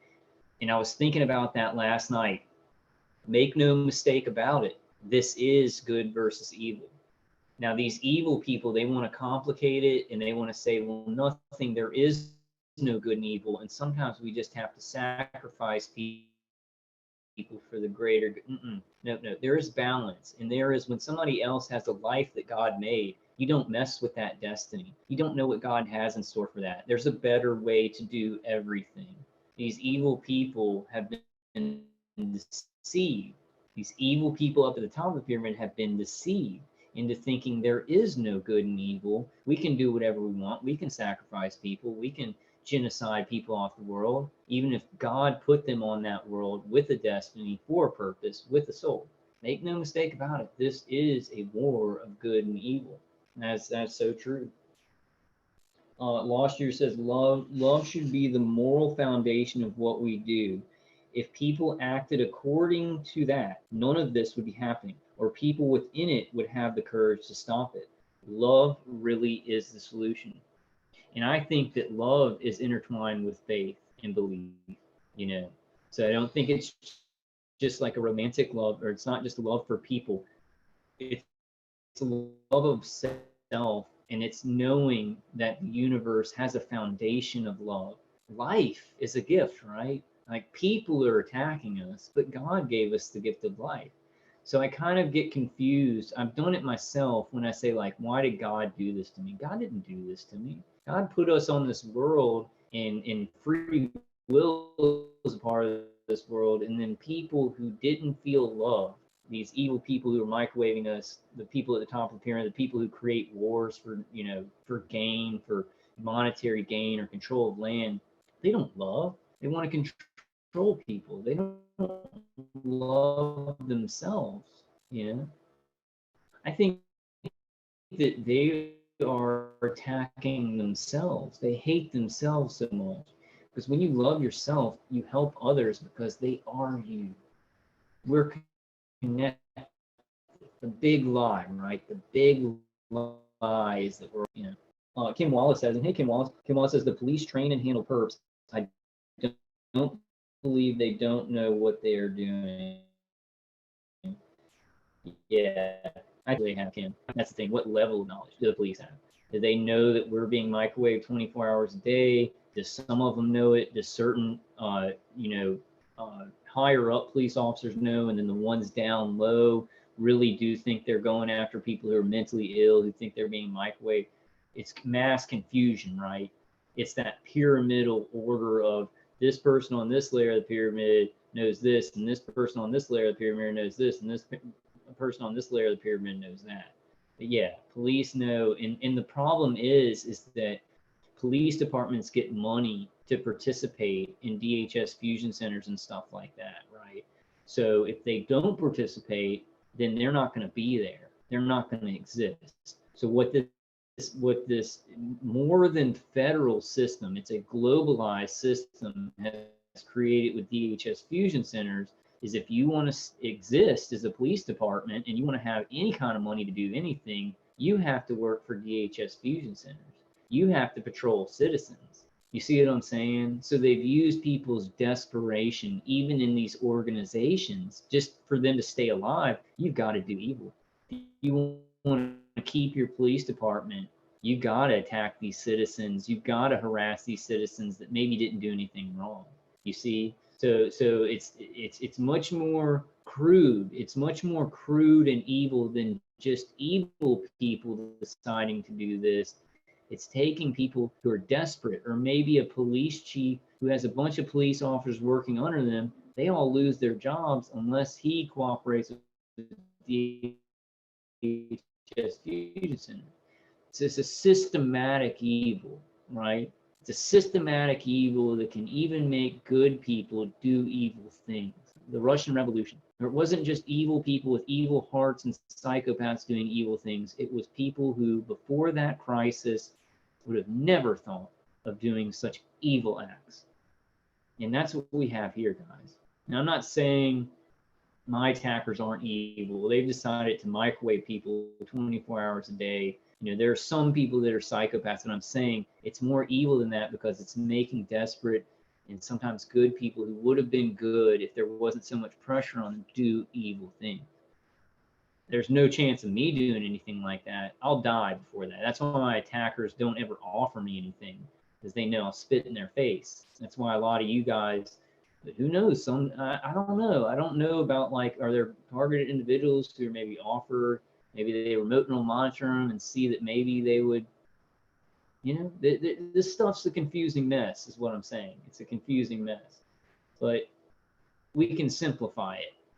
I'm going to do good, and I'll die fighting for good, and that's it. And that's it. And there was never any other thought, and that's how God made me. So if God made me that way and they're attacking me with these microwaves, then I must be here to help other good people. I must be here to do good. I must be here to maybe change the minds of some of these people who are confused about what they're doing and how bad it is. You know, there has to be a reason, right? I believe that there's meaning in life. I believe that life itself is meaning. I wouldn't even be alive if there was no meaning for my life. Sometimes we create meaning in our life, right? And that gets complicated, where God maybe knows your whole destiny, but you're creating your meaning as you go along. You're creating your life, but definitely meaning. Whether it's created by us, creation, or whether it's set up, it doesn't matter. There is meaning. So there's meaning to this situation that we're in right now, right? And we don't have to think about that with our heads. Some things in life that are past us, our head can't figure it out. God knows that. God understands that. That's why we have to just feel it. We have to feel good. We have to feel that there's meaning, and not really, because, like, if I let my head get into some things, I can sit there and go in circles and, oh, well, in this situation, because there's a million different there's a trillion different situations in the world, and they're all different. There's all these different details, and you know, there may be some things that I say that, you know, somebody's like, well, that doesn't really work for my, but no, let's feel it. This is more about feeling that faith, feeling that courage, you know, because we do things with our heads. The remote neural manipulation can twist our heads around. You can just, even if you're not remote neural manipulated, you can be thinking about a situation, and it's, you know, life is confusing, but it's about feeling that moving forward in good. And we can infect even some of these gang stalking people. I promise you, some of them are like people in Nazi Germany who would have never done anything wrong, but they see that the system's paying people, and authority is allowing them to do it, and they think it's good. I promise you that. There are some pieces of crap out there who would trip their own mother and punch her in the face for a nickel, but there are people who think they're fighting terrorism, and they're scared, and they think that there's going to be another mass shooting, and they think that, like, some people in this condo think that I'm like some crazy person who could maybe commit a mass shooting or some crap like that. and then my attackers, well, they've kind of given up on that. I think they're trying to give me cancer now and brain hobble me. That's their main thing. But there was a time when they were like, yeah, you're gonna go out and do something bad. We're gonna make you do something bad. They've given up because I see the power in this, right? This is way more powerful, guys. The illusion is that we're powerless. We have tons of power. We're the good guys. We have the moral high ground. We're doing what's right. God's going to bless us. Maybe I'll die of cancer, but I would have helped all you guys. My family will know what's happened eventually. My niece, let me tell you this, guys. Let me stop and tell you guys this. I've told you all this before. My grandfather Sladen on his deathbed said he was dying of lymphoma and there was no chance. He waited too long to go to the doctor. And he said, even though he slay me, and it's a Bible verse, I think it's Romans, even though he slay me, I will trust in him. And he still died. My grandfather still died. He had lymphoma. He couldn't come back to that. He went on to the next life. He went to heaven. What he said there affected my dad. And my dad passed it on to me. And my dad went through his aneurysm brain injury, and he never gave up. I've never seen that man lose faith in his entire life. And the world has shat on him more than it shat on me. And I've never seen him lose faith. And I tell you what, I remember what my grandfather Sladen said. That's why I'm doing this. So look at those things where it's like, man, I could die of cancer, but look, these videos are up. It may inspire some of you guys' legacy, right? We don't know how God is going to use these powerful, good actions. My grandfather gave his son and me faith, right? Faith in impossible situations because of the way that he came in front of that impossible situation. How he acted in faith and in love, and he trusted God, even though it was sure death. And he changed the life of his son and his grandson forever. Just think about that. It's really big. It's really big. So that's why I'm saying sometimes we can't think of all the angles and like, well, I'm going to have a big house and a family and this is all just going to turn out good, right? Sometimes things are more complicated than that, and we don't see what God's path for some of these brave actions we're going to have to take, that we do take every day by just surviving this, by how we confront this impossible evil. It's important. It's important. It's the most important thing.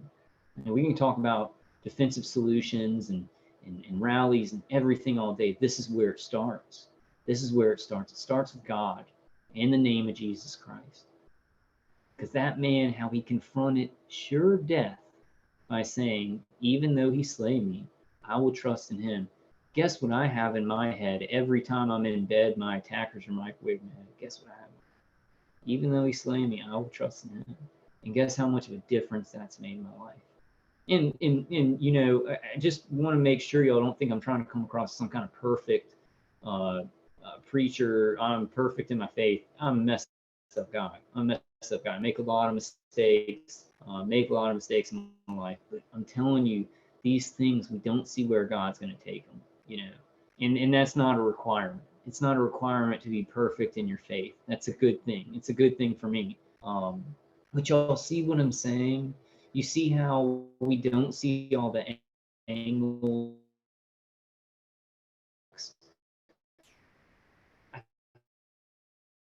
can't make this good. He's working on it could affect my niece and my nephew and my other two nieces and their brothers, which I guess would be my half nephews. They learn about what I did and they watch my videos. What kind of hardships are they going to come across if things do get more corrupt? You see what I'm saying? And I'm hoping that doesn't happen, right? I'm hoping that there can be this backlash of good. But God's prepared for whatever evil men create on this world. And all we have to do, it's simple. All we have to do is face these situations with faith, belief that we can do good in it, love for other people. It becomes very simple. Like, of course, we have some complicated stuff to deal with. We talk about the defenses. We need to talk about, exactly who's doing this, which is contractors under the DoD, under the NSA, under the CIA. It's a bunch of different contractors, military industrial complex, but like exactly who's doing it too. We got some things to figure out, but like how we move forward is so simple. It is so simple, that belief. And it's the point where the tree spreads out and you figure everything else out. And it's what I really want. I want to convey it to y'all because it's how I've done anything with this, with my targeting. It's how it's bearable now. It's how I'm doing these videos. And people are like, oh man, you really inspired me yesterday. Wow, that's great. I'm being, I got V2K hitting me in microwaves, but man, somebody said I helped them yesterday. Whew, man, I'm feeling tall today. I mean, and that's just one thing, right? I'm telling you guys, I'm telling you, I've experienced this. Let's get even more ironic, right? I don't know if I would have experienced this without being targeted, without being on the edge of death with this stuff and the torture. I don't know if I would have ever experienced the miracle of God in my life when I go confront the Hydra with, with faith. We don't know where God's going to take that. The unknown is where miracles happen. Man, I love Joel Osteen. I hope you guys understand from how I'm talking today why I resonate with what he says. And it's good that it's simple. It's good that he simplifies things and he's general, because I get that and I take it in my individual life. That's a power in that, man. And I hope that I can speak on some of these things with targeting, and you guys can take it for your individual situations and you can use that. It's the most powerful weapon. These people are wrong. These people who believe in nihilism, that nothing means anything, that they can sacrifice people for the greater good or some kind of crap, they've been tricked. They've been deceived. Christians who say the great deceiver has taken over this world, they are correct. But I'm not so sure that Satan owns this world. Like, he may have some kind of lease to buy, but I think God owns it all. God owns everything. And God may be allowing something, or it may just be happening by free will. I'm just not so sure that this is a fallen world. I see so many people who are not fallen, and I'm going to fight for those people. I know a lot of you guys feel the same. Good, me and other good Christians can discuss that, later. Okay, so where was I, guys?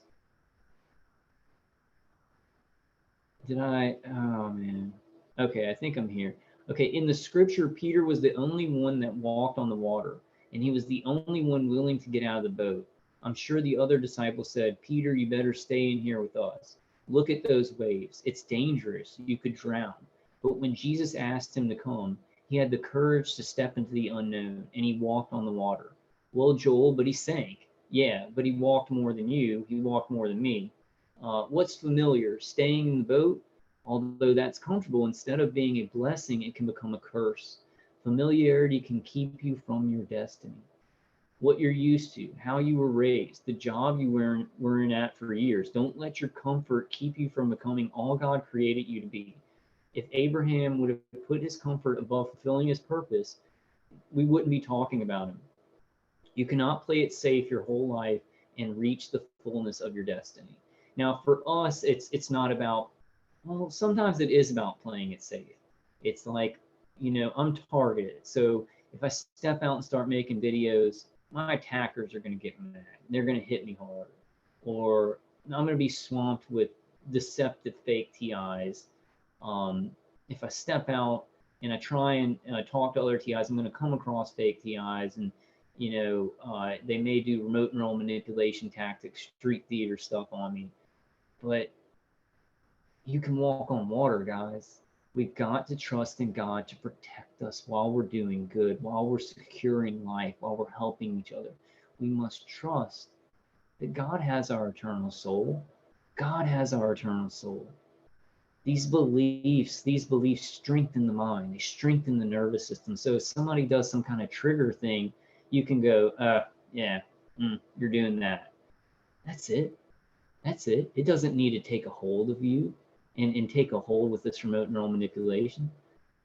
I really think that, I think Brian's like, I think he's growing in faith. I think Brian's growing in faith, and I just want to say that. I think the bone conducting headphones, and I think that, I don't know. I just want to say good things. He's a very smart guy. I think that this is what I want to say. I think sometimes people who are highly intelligent, especially targeted individuals, they have a harder time because they see more of the angles. It's harder for them to let go, because they see all the details, right? And that can sometimes, it can sometimes be very hard. But you know what I do, because like I'm a genius, right? Y'all know I'm a genius. If I ever get too heady, like where my head is just controlling everything, because my attackers can use that, I just go into my heart. You know, I pray to God, help me, God, help me do this. I can't get out of my head. I can't just trust in you. Pray to God about believing in God if you need to do that. If you're having trouble believing in God, and pray to him about that. Get it started. Do this in the most ironic way that you need to, because it's that energy, that feeling that connects you to that creative force. You know, it's not necessarily the exactly perfect thoughts that you need to connect with God. It comes from somewhere else. All these things together, and plus deeper in your soul. I think that when we're putting ourselves out there, because there's a risk, right? I agree. I agree with Brian completely. I agree with other TIs. There's a risk. There's a reward. Now, if you don't put yourself out there, you stay a little bit safer. You stay a little bit safer for a while, for the short term, right? You stay a little bit safer. You're not risking yourself. You're not risking coming across like a fake TI. But in the long run, can you live with yourself? Is it going to be worse for your remote neural manipulation if you stay isolated and you don't do anything about this? You don't use your experiences to help others? Are they going to maybe use that for remote neural manipulation? Because they would do that to me. I couldn't sleep. Like, not because of the sleep deprivation or anything. If I didn't make these videos, I didn't get my ass out talking about whatever inspires me to you guys, it may be uncomfortable. After these videos, sometimes my attackers will give me feelings like, oh my God, I just said a bunch of stuff, you know, not with this thing, but like when I do other videos, I'm like, I maybe argued with that person or something like that. I'm like, oh man, I really shouldn't be putting myself out there so much. I'm torn up from this targeting. You know, I'm kind of volatile sometimes, but if I didn't do it, I'd feel worse. Are you that type of person? You know, I see a lot of those. I talk to a lot of those people. Don't overextend yourself, right? Strength training. Just because you see me doing 2-hour live streams, don't be like, I can't do 2-hour live streams. I started with 5-minute videos, and it took me years to become comfortable to do any of this stuff. Strength training. Run your race. What does God want you to do as a targeted individual? Not not looking at me and saying, oh, I got to do, or looking at Ella or looking at Dr. Horton saying, man, I can't do what they're doing yet. That's too long. I'm being targeted. I can't sit on a live stream for 2 hours or run a conference call for 4 hours or whatever. Run your race. God's got something set up for you. He's got something in your heart that can help others. And it may not even, you may be a targeted individual, and what he's got in your heart to help others, it could be your job. You may work with children or do something, I don't know, do something very important that's your job that you've really got to struggle with. And it could be that. It could be being bold in that job. It could be something that's not, you know, speaking out about this. But I do kind of focus on those things. I see so many really intelligent targeted individuals, and I speak from experience. It is better when you come out and you start talking, and we are jamming. We're jamming. Awareness is coming up. I don't know what's going to happen to the world. The system, it's so systemically bad. It's so systemically bad globally that people have really screwed the pooch. They've allowed these people at the top of the pyramid with all the money to control them and to set up a future for their kids that is ugly. So I don't know how it's all going to work out, but I know what I'm going to do, right? I don't need to know how it's all going to work out. I know what I'm going to do. That's all you got to handle. You got to get with God and say, God, I'm one human being. Well, I'll get with other human beings. I'll get with other targeted individuals. I've met some of the most beautiful people, creative artists, just brilliant minds out there, compassionate, empathetic. I would have never met them without this. And we've got to have that kind of perception. God works miracles in the unknown. And I've experienced that. I've experienced that in my life.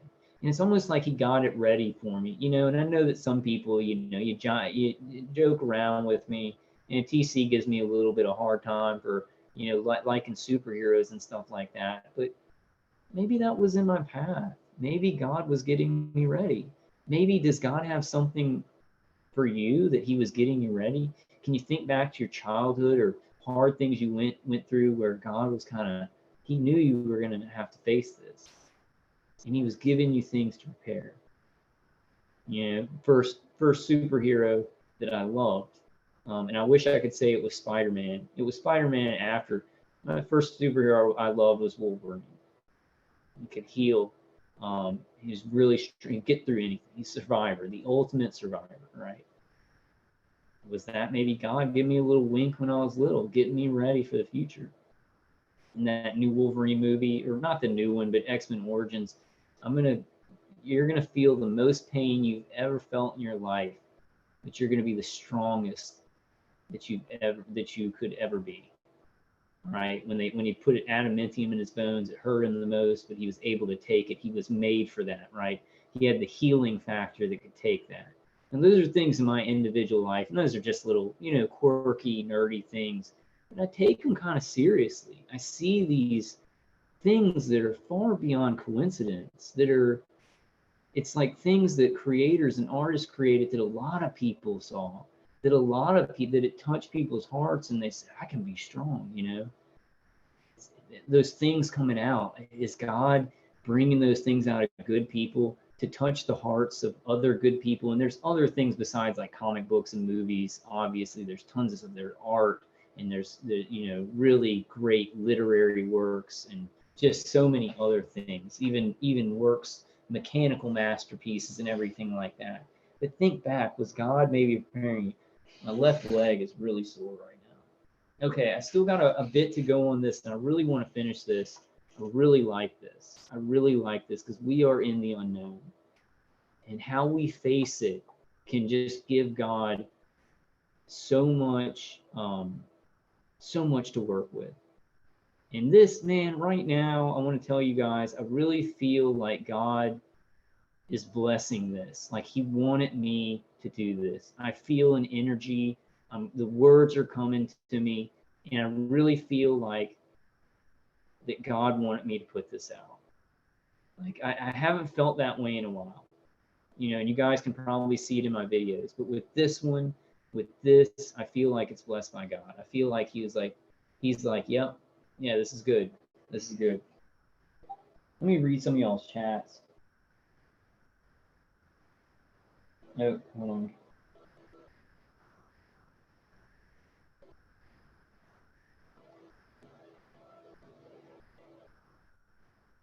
Hey, Kim says, when I was taken against my will on fake charges to the hospital, I let go. And Artist of El Elian says, it's true that if it weren't for being targeted, I never would have been able to communicate with all of you wonderful people.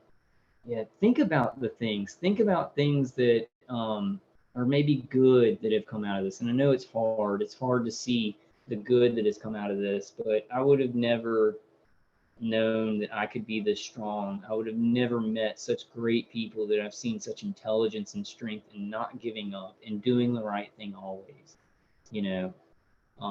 I think the remote neural manipulation makes me the saddest, though, because I see people who have such greatness in them, and they're so brilliant. They're attackers. It's like a technology that's doing that to them, but it's using their intelligence against them, when they could, if they just bypass their mind, they could just reach into that greatness that God has for them. We got to use our minds still, but sometimes it gets in the way.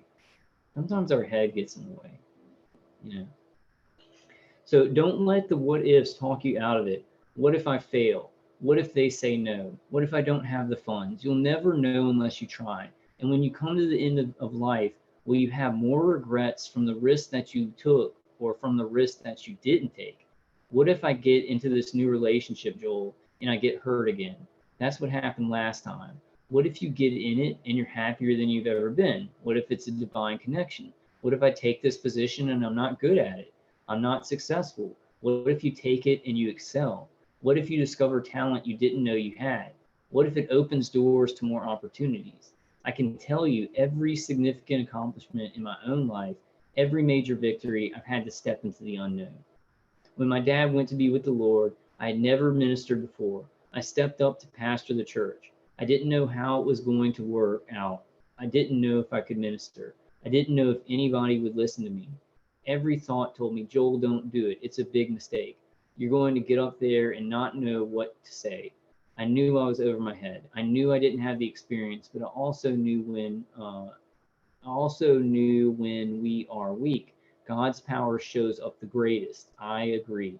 When we're in a weakened state, and there's a difference between being weak and being in a weakened state, which I've learned in this targeting. I'm not a weak person, and none of you guys in chat are weak people. None of the targeted individuals I've talked to are weak, but we can be put into a weakened state. That's where God can work miracles, depending on how you approach it, on how you see it, on your faith in those situations. It changes everything. It changes how it's going to work out. It changes the cycle. It breaks the barrier of that cycle that could go bad for you. You know, I couldn't see way down the road. I couldn't see any of this that we're doing today. All I could see was right then step up and pastor the church. If God would have shown me all of this, I'd have said, no way, I can't do that. Sometimes the reason God doesn't tell us what's in our future is because he knows we would talk ourselves out of it. What God has in store for you is going to boggle your mind. The places he's going to take you, the people you're going to influence, the dreams you're going to accomplish, it's going to be bigger than you've imagined. You know where it is. It's in the unknown. It's in what you can't see right now. It's in what you don't feel qualified for. And that's a big thing for us. We don't feel like we can do anything because we're being murdered. So being qualified to do anything great is hard. We feel like we just need to survive. We got to go past that. To go past that, guys, you need God. You need the Creator. And you need to open the door in whatever way. For me, in the name of Jesus Christ, I worship, Jesus Christ, the Son of God, and God. In the name of Jesus Christ, God is my creator, right? I hope I'm saying that right. Jesus Christ is my Savior, right? That's the bottom line. But anybody of spirituality, open that door. Open that door. Get in touch with the Creator. God's going to lead you. See, I kind of like that. Well, I'm not going to get into all that, but I like that how Larry King was asking Joel Osteen about something, and I'm definitely not going to get into that right now. But the thing is, God's going to judge it, right? God judges people, not me. I just want you to get there. I want you to get on that path so that you can get to where I am, so that you can get to where I am with God. Now, I'm not perfect by any means. I fail all the time. God uses, I might do a video on God using our failures. We grow from our failures, but I fail a lot, It somehow made me a lot stronger, When you find yourself in a situation where you're in over your head, you don't think you have what it takes, that's God stretching you. He can see things in you that you can't see in yourself. And it may be uncomfortable, but don't shrink back. Keep stretching, keep believing, keep dreaming. Step by step, God is leading you. Some of you are about to step into the next level. I see that in you guys. I see that in 2020 with this targeting. How many people are coming out? The exponential awareness. Some of you guys in this chat room, you're on the edge of stepping to the next level. Like you're getting close. You're getting close to breaking into things where breaking the barriers down, where you feel so much better, where you turn the tables. That doesn't mean the program has to end, guys. You can turn the tables on this thing with these people still trying to do stuff to you, with defenses, with raising resonance, with meeting the right people, with the rallies and things like that. doesn't all mean that the program, I think some of us are maybe stuck in that where it's like, this program has to end. They have to stop torturing me.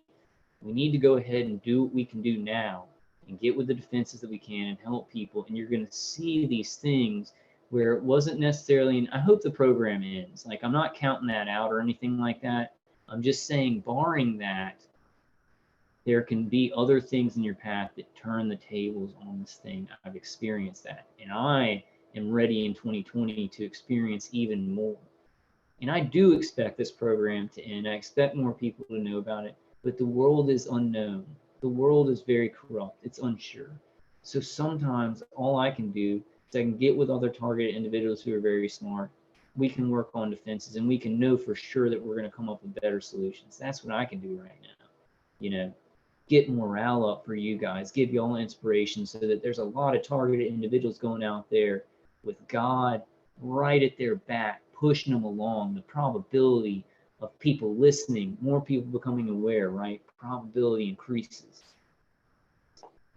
This, you know, in a certain way, guys, if you start attenuating this stuff, it's hellish, but it will be bearable, and you can. And I don't want to say this because a lot of people get me on this when they say, "Oh, you think you're some superhero having fun." I'm not saying that. This isn't fun, but man, maybe we need to make it fun. Maybe we need to make this fight very hopeful, and we're doing impossible things, and we're believing in God, and it's kind of an adventure. Maybe we need to do that. I don't know. There are kids being tortured, so I know that sounds crazy. It's just an idea I'm throwing out, but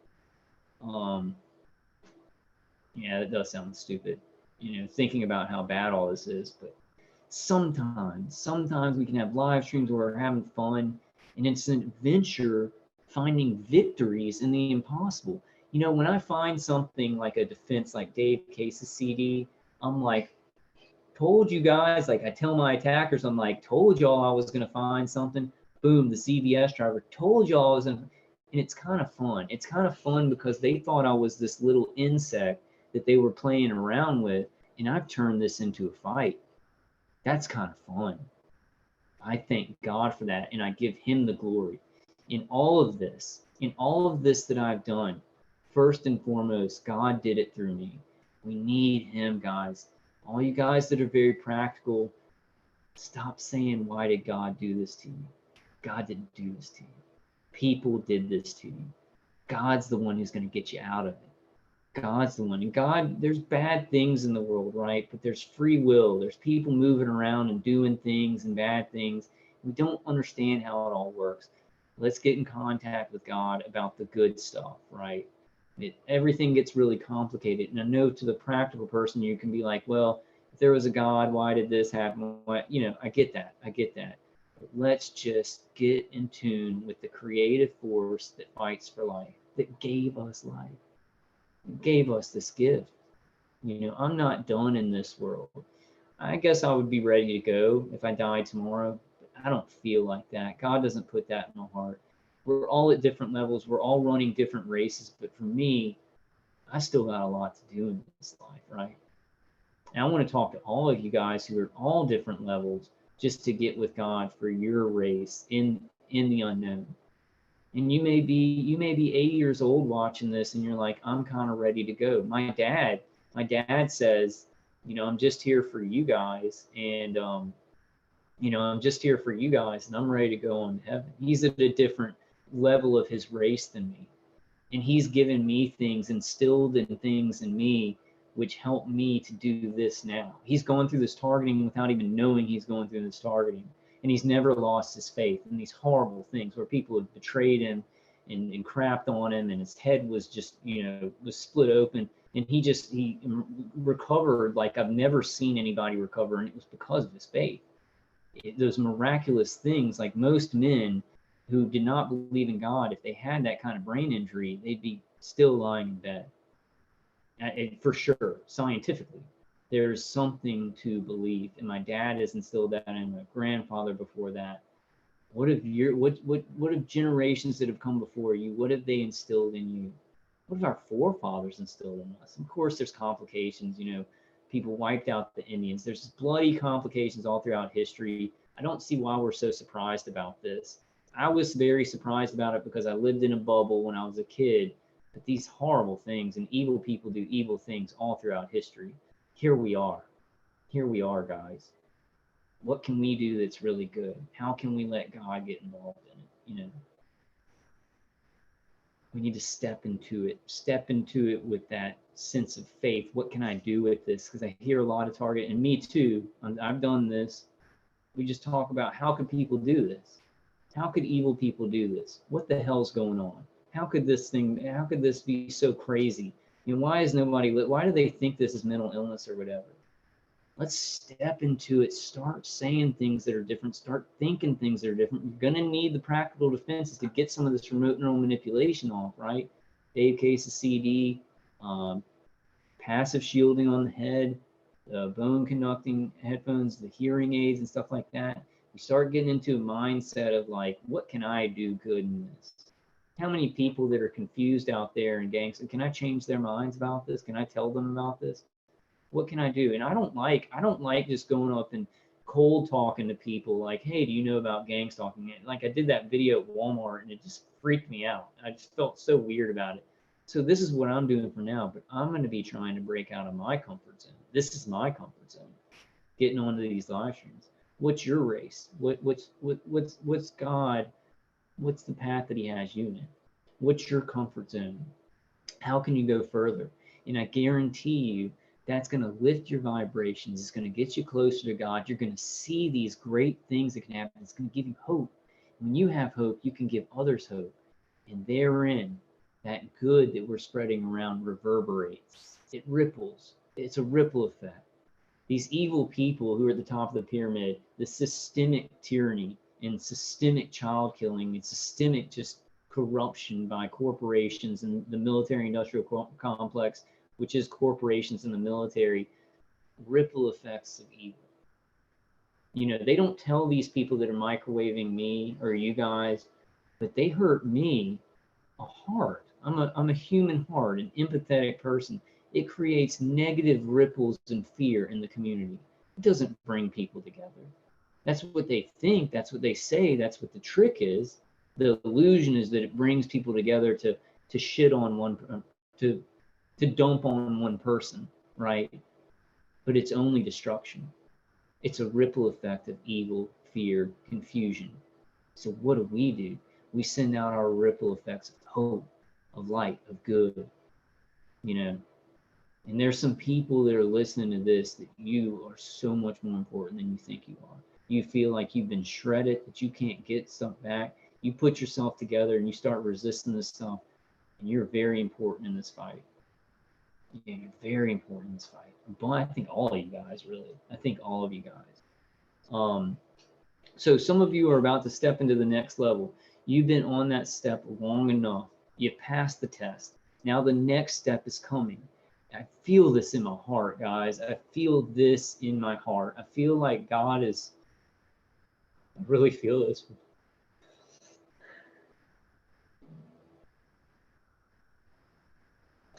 I feel this for some of you guys and myself. You know, sorrow and mourning is done. We've done it too much. Like, it's really time. Oh, man, I said I wouldn't do this on videos anymore. I'm just really feeling this. Like, my heart is just, oh, it's just like, this is just, you know, God wanted me to talk about this. Some of you are about to step into the next level. You've been on that, oh, I kind of like it. I like it when God just hits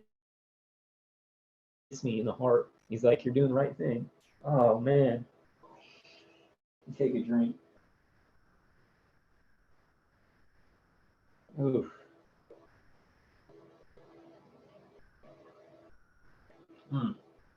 Hey. Oof. All right. Okay, some of you are about to step into the next level. You've been on that step long enough. You've passed the test. Now the next step is coming. It's going to be a new level of influence, a new level of talent, a new level of creativity, a new level of your destiny. And you have a destiny. All these variables and these things that happen, they happen. Now, what can God do with it? What can we do with it when we're good, when we do what's right, when we meet the unknown in faith? Even those gang stalkers, right, that are mean to you, that maybe think something bad about you, give them some good, like, don't give them your energy. That's not what I'm saying, but like, give them a way, give them a genuine love, give them a genuine hello. I need to do that. I stay away from my gang stalkers. I ignore them. And I think that I'm going to step out. And that old guy who comes out and does his trash, I'm going to go start up a conversation with him. And I'm not going to talk about targeting, but I'm just going to show him who I am. And I'm going to let him feel who I am, like my energy. I'm going to step out too. I need to step out. You know, we're all running different races. How can you step out? I'm telling you, it can break through this stuff. It can break through this entrainment when we connect with God. We do these incredible things when we step out. I really think that lead cap has really helped me a lot, because I felt a lot more like, I still felt like stressed out and stuff like that, but I felt like, man, I can do a video when I wake up. And my attackers have done such messed up things to my head that I've been in a negative state for so long. I can only usually do videos on the weekends. Okay, so Victoria and I were driving to another city the other day, and I had my navigation system on. And at one point, we were on this country road for about a 100-mile stretch. And there were all these intersections and different roads that veered off. And I keep thinking that I'd missed my turn. And I had to keep looking at my navigation system. I noticed that as long as I was on the right path, the lady on the GPS system didn't say anything. I wish she would have come on and said, "You're doing good, Joel. Keep going forward." But she never said a thing until it was time to do something different. This is an important part, guys. Sometimes God is silent. You don't hear him saying anything. It's easy to think, I must be off course. Something must be wrong. He's not talking. But like the lady on the GPS system, that means you're on the right course. Keep doing the right thing. Keep praying, believing, stretching. The next step is coming. But you have to pass the test of being faithful where you are, being your best with what you have. Then the next step will be a favor step, a promotion step, a healing step, a breakthrough step. Those are ones that we're looking, all of us are looking for those steps.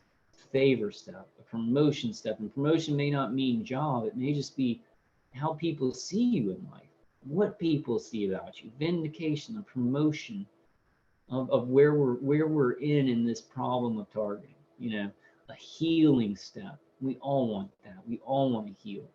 A breakthrough step, When Joshua and the Israelites came to the Jordan River, there was no way to get across. This is it, guys. Right here, I want you to pay attention to this right here. This is how I've lived my life, and it's the only reason that I've been successful. Not successful, I'm surviving. It's successful at surviving. I've been successful at surviving and helping people. Not the, I don't want to toot my own horn, but I've with this targeting, like with what I've gone through, like still doing videos and stuff, it's pretty good, what they've done to my head. This is an important part. When Joshua and the Israelites came to the Jordan River, there was no way to get across. They had heard how Moses held up his rod and the Red Sea parted. I'm sure Joshua thought the same thing would happen for him, but God had a different plan. He told Joshua to go tell the priest to walk into the river, and then the waters would part. I'm sure the priest thought, Joshua, that doesn't make sense. You want us to walk into the water? We could drown. The priest got up to the shore and nothing happened to the water. They got a couple of feet from the bank, still nothing. Thoughts started telling them, what if it doesn't part? What if Joshua made a mistake? What if you get out there and you can't come back? They could have talked themselves out of it. Instead, they dared to step into the unknown. The scripture says that the moment their feet touched the waters upstream began to pile up. On the other side, it flowed downstream. Before long, the whole riverbed was empty. They were able to walk across on dry ground. Notice the miracle happened along the way. We think, God, part the river and I'll go.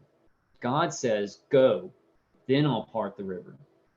That is crucial. I want to read that again. Notice the miracle happened along the way.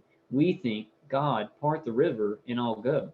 God says, go, then I'll part the river. That is maybe the most important thing in this whole sermon. If you will step into the unknown, along the way, you'll see miracles. Along the way, the right people will show up. Along the way, doors will open that you could have never opened. God could have just as easily parted the waters before they stepped in. He was showing us this principle. When you don't see how it can work out, every voice says you better play it safe. But you take that step of faith and do what God is asking you to do. You too will see Jordan Rivers part. And God, on purpose, puts us in situations where we can't do it on our own. It looks impossible. That's a test of our faith.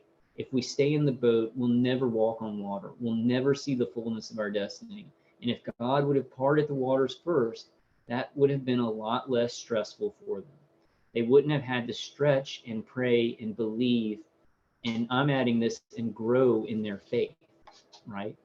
And grow in their faith. Let's see how much longer. Oh wow. Okay, that's not too bad. Okay, but here's the key. And I would read your guys' chat, but I want to get through this because I've been on here a long time.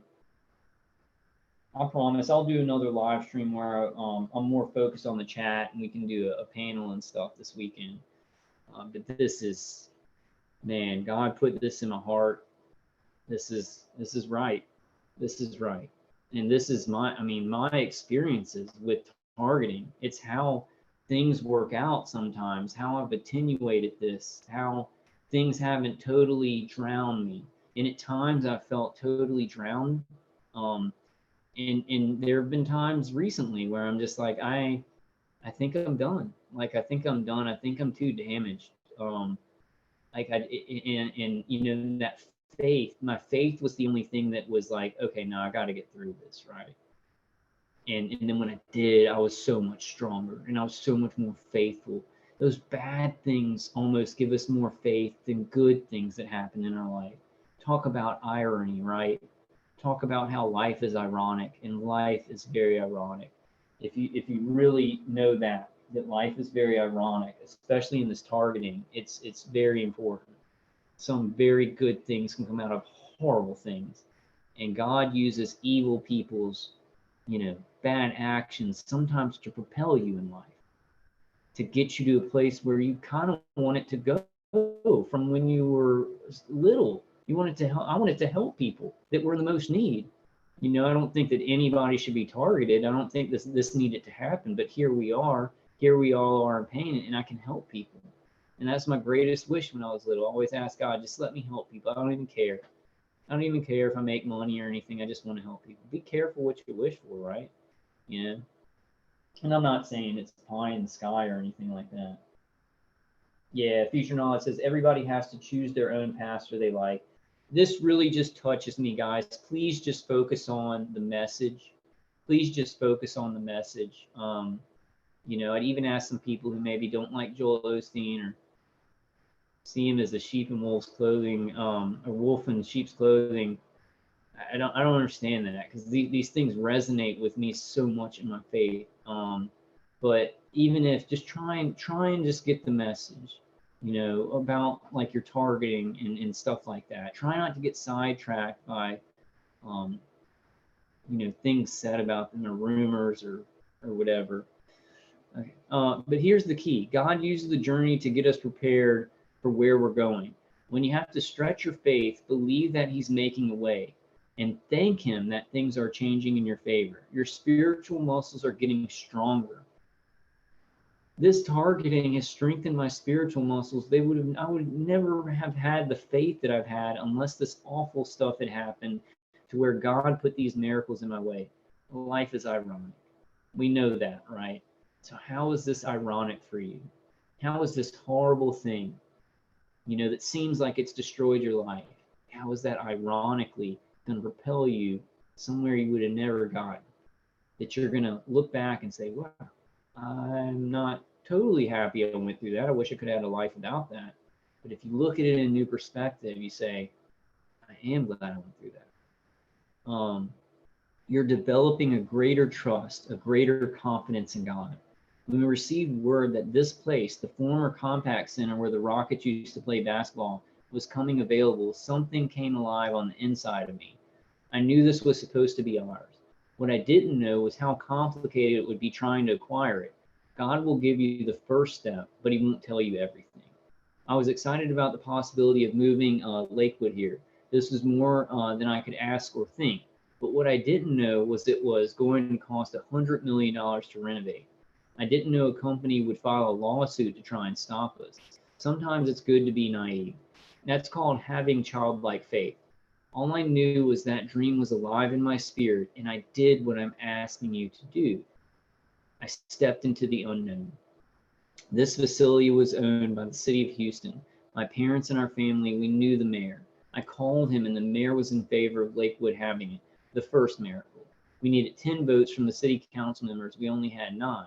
But the night before the main vote, a council member, after being against us for 2 years, suddenly changed his mind and voted for us. And we got the building. Another miracle. A week later, a large company filed a lawsuit to try to keep us from moving in. We were told it could be tied up in the court system for up to 10 years. Here I'd already announced it to the church. People had already given funds. I would wake up in the middle of the night sweating, thoughts telling me, Joel, you're going to look like a fool. There's going to be a big mess when you have to give it all back. But like Joshua, along the way, miracles kept happening. The CEO of this large company flew in from out of town to meet with us. We were told by our attorneys that it was a ploy just to confuse things. But he said, Joel, I watch you on television. My son-in-law is a youth pastor. Let's work something out. 2 days later, we had an agreement. The lawsuit was dropped. We were on our way. When you go out not knowing, you'll see Jordan Rivers part. You'll see compact centers fall into place. God will make things happen that you could never make happen. Don't get stuck in the boat. Don't let the fear that you can't see all the details hold you back. You're not supposed to see everything. God is leading you step by step. When you're in the unknown, you're having to stretch, pray, and believe. That's when you're really growing. Those 3 years we were in the battle over this place. That's when I learned to pray like I had never prayed. If I had known how long it was going to take, how much it was going to cost, I'd have said, no thanks, God. I don't want that responsibility. I'm too young. I don't have the experience. And let me tell you guys, if I would have known how long I'd be making these videos, I would have never started. If I would have known it was going to be this long, I would have said, no way, I can't do that. It's too tight. That's going to tire me out. My human mind would have said that's too long. But because God didn't show me, here I am. And I don't know, maybe another year, I just don't know those plans. But it's like, it makes a lot of sense why God doesn't show us. We just have to take the first step, And I'm glad that didn't happen. I don't want to say like if I would have seen how long I would have had to do this, I wouldn't have done it, knowing how long it's been and maybe longer. But I'm so glad that I did, to meet you guys along the way, to find defenses and things that I wouldn't have if I didn't make videos, so I wouldn't have attenuated as well. And going to some of the conference calls and stuff like that. God knows what's in you. He uses these steps to stretch you, to develop you, to get you prepared for the next level. The journey is more important than the destination, because if you don't get prepared on the journey, if you don't learn what you're supposed to learn along the way, you won't be able to handle where God is taking you. Strength training, spiritual strength training. And a lot of targeted individuals talk about it. We maybe don't know what's going to happen to the world.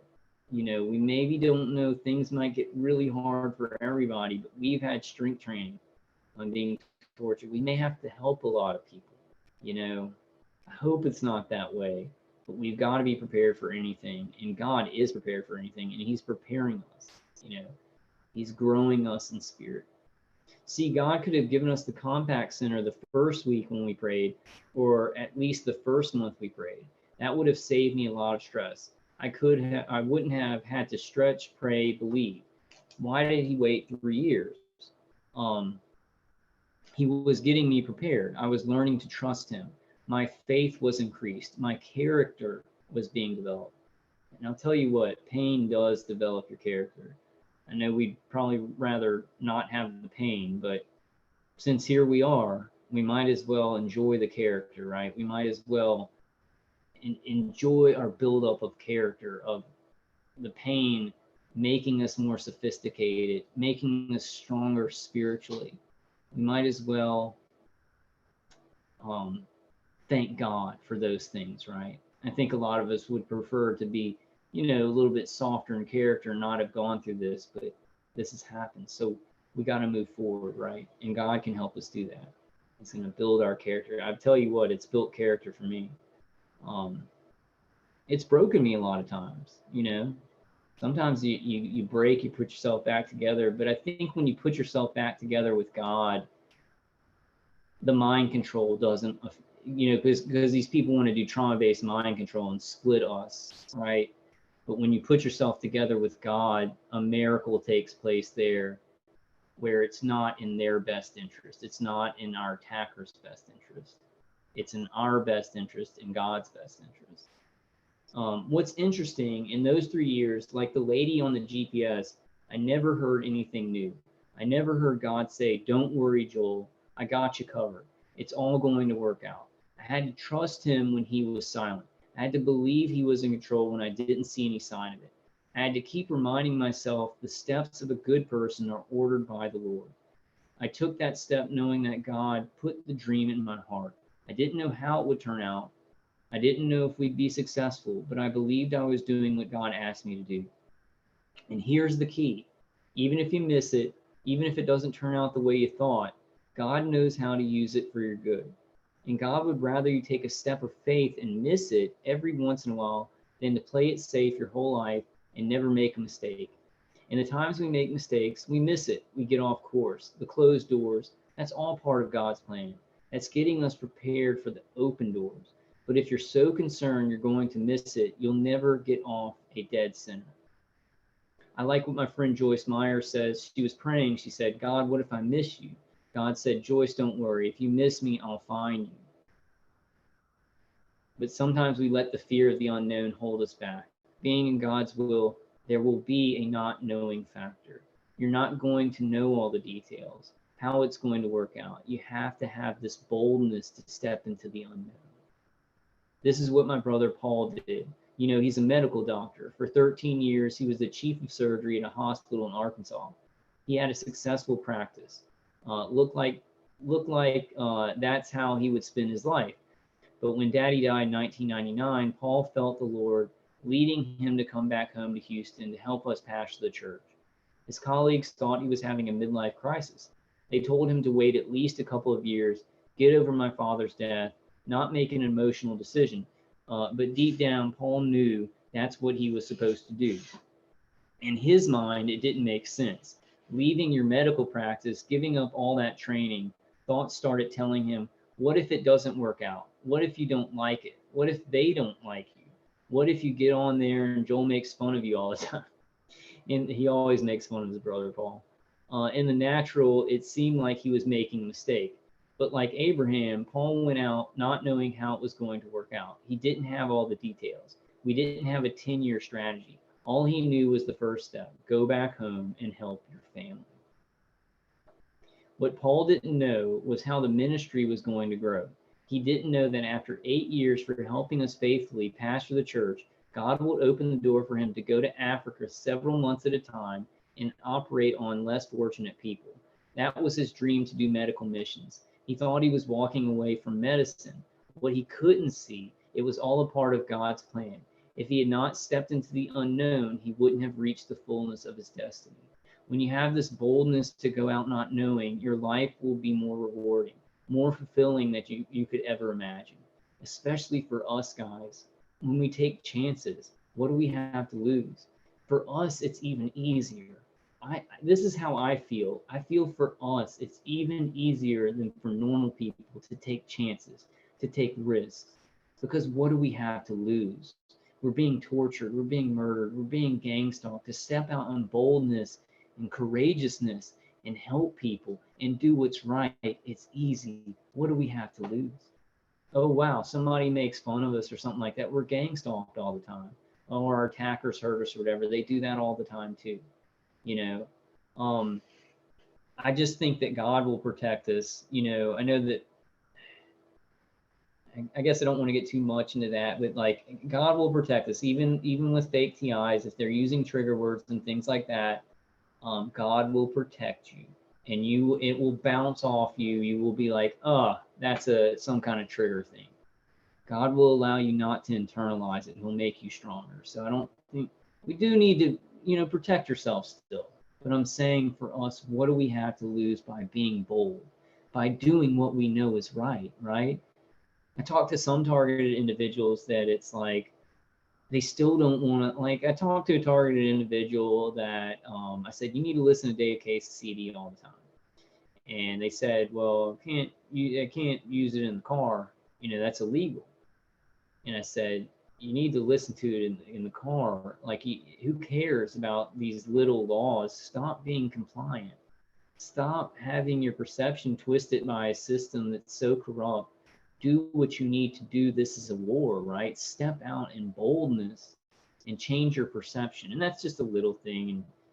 And they're kind of right. Don't break the law, right? But we need to be bold, is my point. That was a bad example.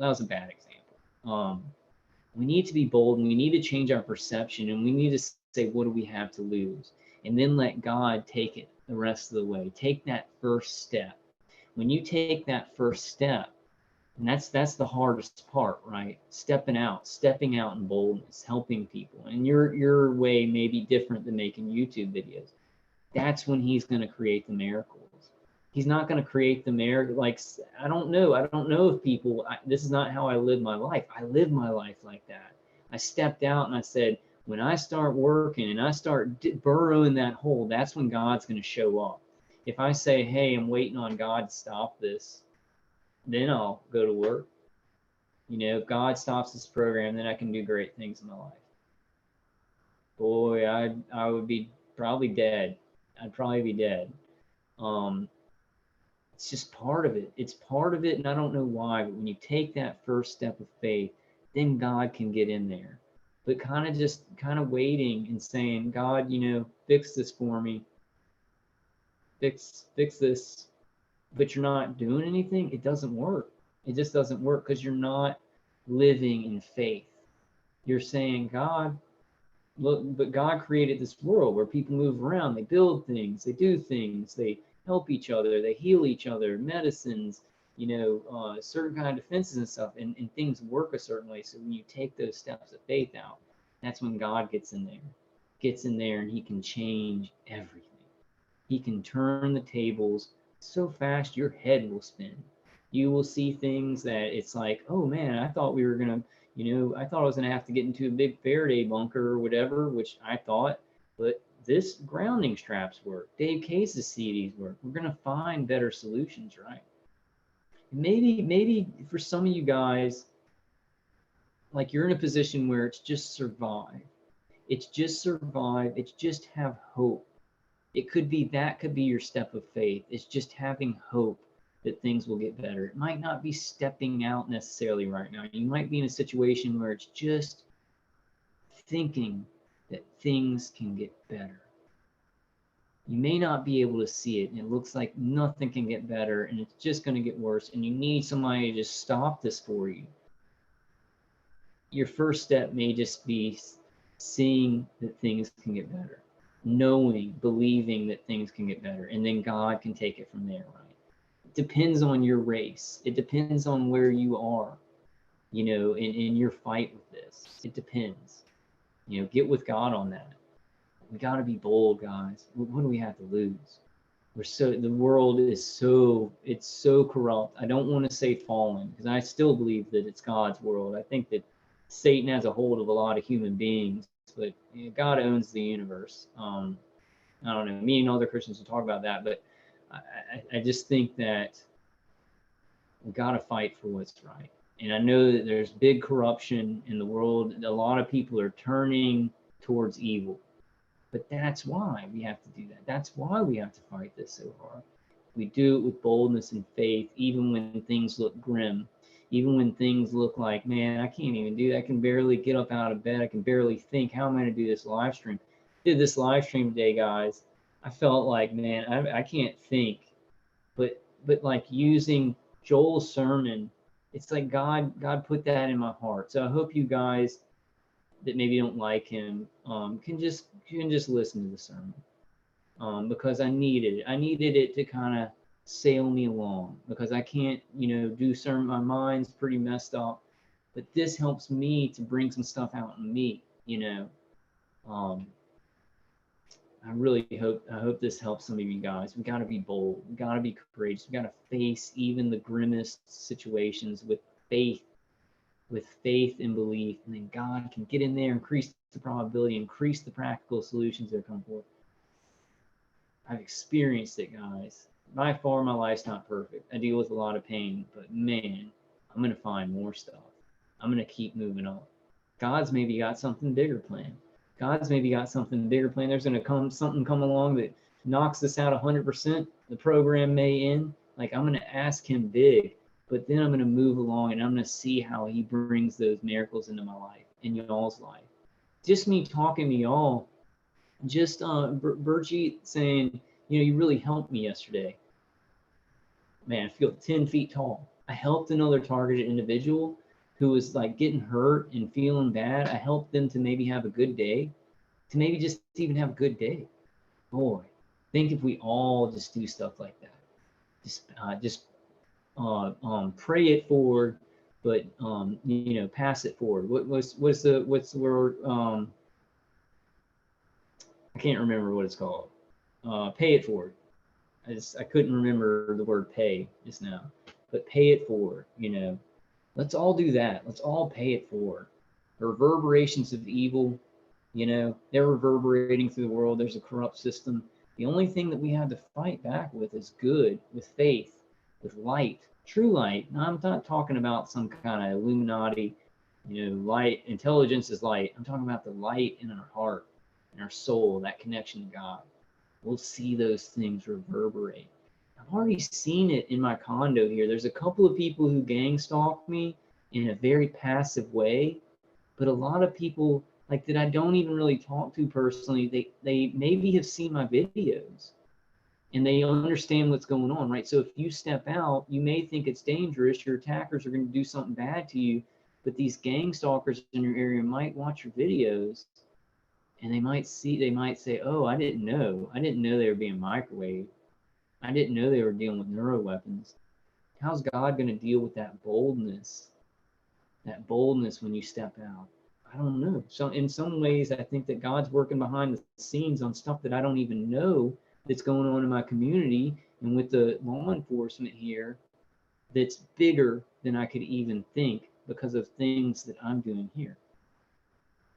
How's God working behind the scenes? All we can do is what we can do, right? Step out in boldness. Whatever God's putting in your heart, do that. Do that.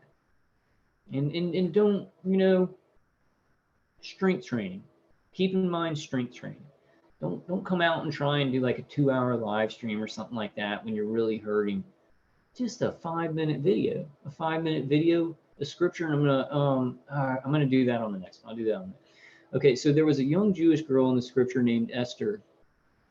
She was an orphan, didn't come from an influential family, but God raised her up. Now she was the queen living in the palace. A man named Haman tried to secretly pass a law to get rid of all Jewish people. Esther's uncle came to the palace and told her of the ploy. He said, "You've got to go in and tell the king what's going on." The problem was, in those days, if you approached the king without him holding up his golden rod, then you could be killed. Esther said, "I can't do that. What if he doesn't hold it up? That would be the end of me." God was asking her to step into the unknown. But the what ifs started coming. What if he doesn't hold it up? What if he's in a bad mood? What if he gets upset? Just when she was about to talk herself out of it, her uncle said, "Esther, if you remain silent, deliverance for the Jews will come from someone else, but you and your family will perish. And who knows but that you've come to the kingdom for such a time as this." Wow. Boy, that speaks to me, because a lot of us, we say, what if I do this? My attackers are going to hurt me more. They're going to punish me with terrorism. They're going to punish me with neuroweapons. And trust me, it's happened to me. But it's like, but that you've come to the kingdom for such a time as this. We were born in this time. If you're a good person, we can't stop doing good. We can't be afraid of terrorists, you know. And there's all types of situations. You've got to gauge your situation and what your attackers are capable of and strength train. Test the waters and everything like that. But I'm just saying be bold because Daniel in the lion's den, you know. I don't. That's a complicated. I don't want to just say just walk out and your attackers won't do anything to you because that's not true. But we've got to trust in God. We've got to trust that He can work out some of the things. Maybe find some defenses first before you start being really bold. Right? There's some options there. Maybe step out with the defenses before you step out with the whatever you got in your heart to try and help this situation or help others. Right? God was saying, if you don't want to do it, that's fine. I'll get somebody else. But the problem is, Esther, you will miss your destiny. This opportunity will not come to you again. This was her chance to leave her mark. It was a now or never moment. I love what Esther did. She said, I will go before the king. If I perish, I perish. But I will not let this moment pass. Esther stepped into the unknown. She not only had favor with the king, but she was able to deliver her people. She became one of the heroes of faith. Like Esther, we all have opportunities that won't pass our way again. When my dad went to be with the Lord, I had to make a choice to step up or play it safe. That was one of those now or never moments. When they come your way, don't shrink back. Don't let fear talk you out of it. Don't let the what ifs keep you in the boat. Be bold, be courageous, step into the unknown. You may not have all the details. You're not sure how it's going to work out. But like with Joshua, along the way, miracles will happen. God will open doors that no man can shut. If you'll do this, I believe and declare you're about to step into a new level of favor, a new level of influence. Like Esther, you're going to leave your mark, accomplish your dreams, and reach the fullness of your destiny. In Jesus' name. And I promise that if you guys step out in boldness and you really trust in God, that you will do good for other people, that you will see miracles happen in your life, that you will find solutions that you didn't know were there. That some of these things that seem like they were unbeatable because of the nature of electromagnetic frequencies and how they're affecting us, it's very bizarre, the things that can really help and attenuate this stuff. You'd be surprised. You'd be surprised how much less pain you can feel if you listen to Dave Case's CD all the time, if you use grounding and stuff like that. It seems like a CD grounding, this feels so powerful. This feels like it's just got control of my nervous system, my stomach, my body, my heart. You'd be surprised when you hit the right joint, right? Like, and I'm not talking about joints in the body. When you hit the right disconnect of this remote neural manipulation, how it can throw off all the stuff they're doing, it can throw off a lot of the things they're doing.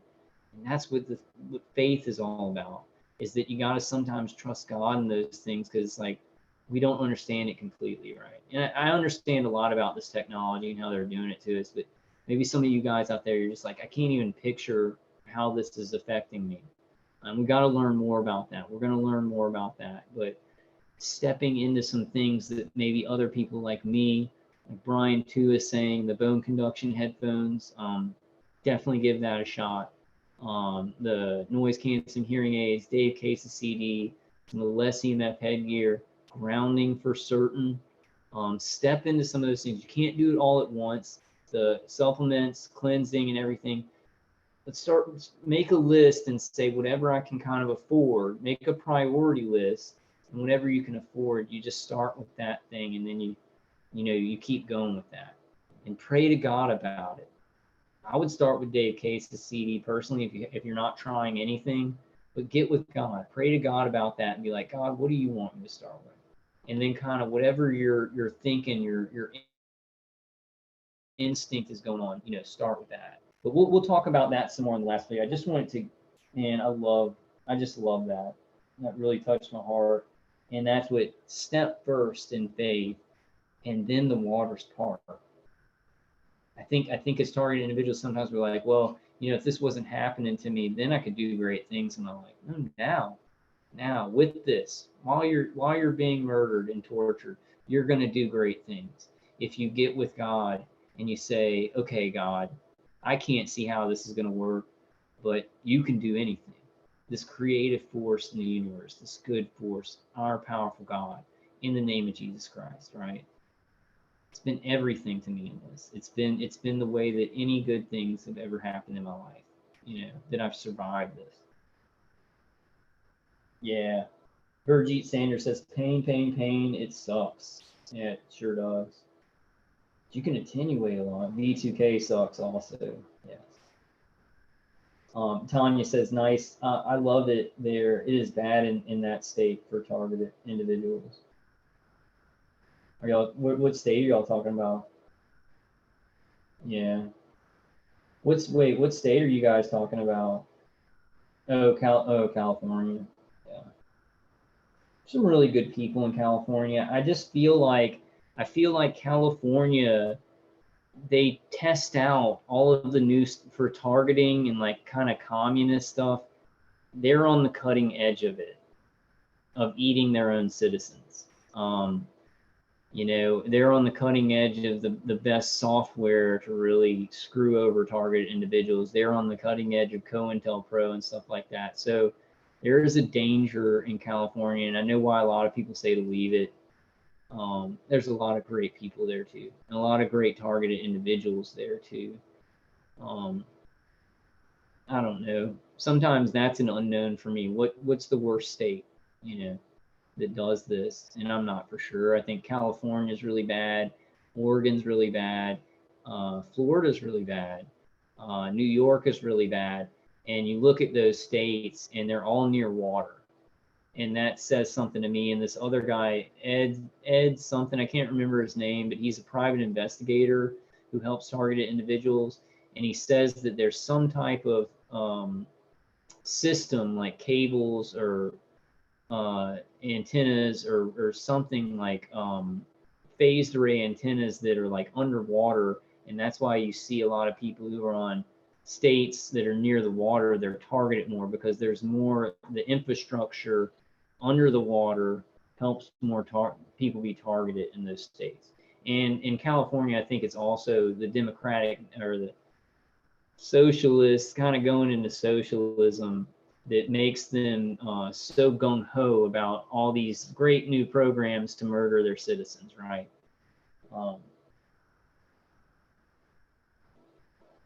I sure do love you guys. We've been doing this live stream. I think it's been 4 hours, and I just meant it to be kind of short, but I really wanted to get through that.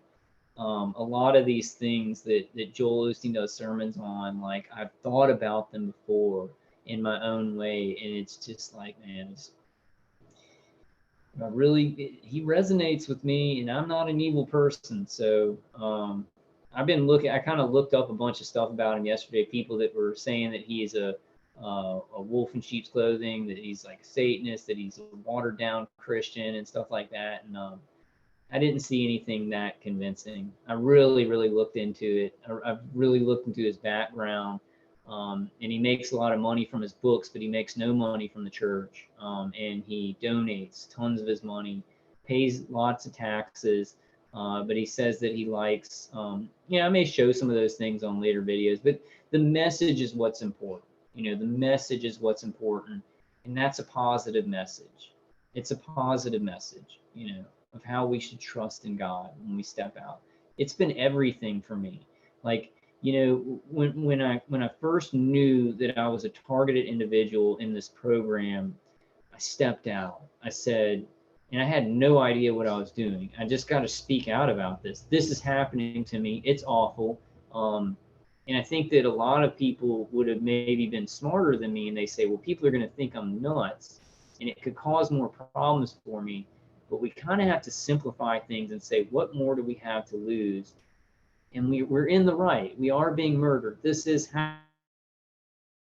happening. And you see it. You see Dana Ashley's videos. You see like bigger channels. They're all talking about 5G. They're all talking about the danger of microwaves. They're all talking about directed energy waves. It's happening, right? The awareness is overflowing. It's exponential.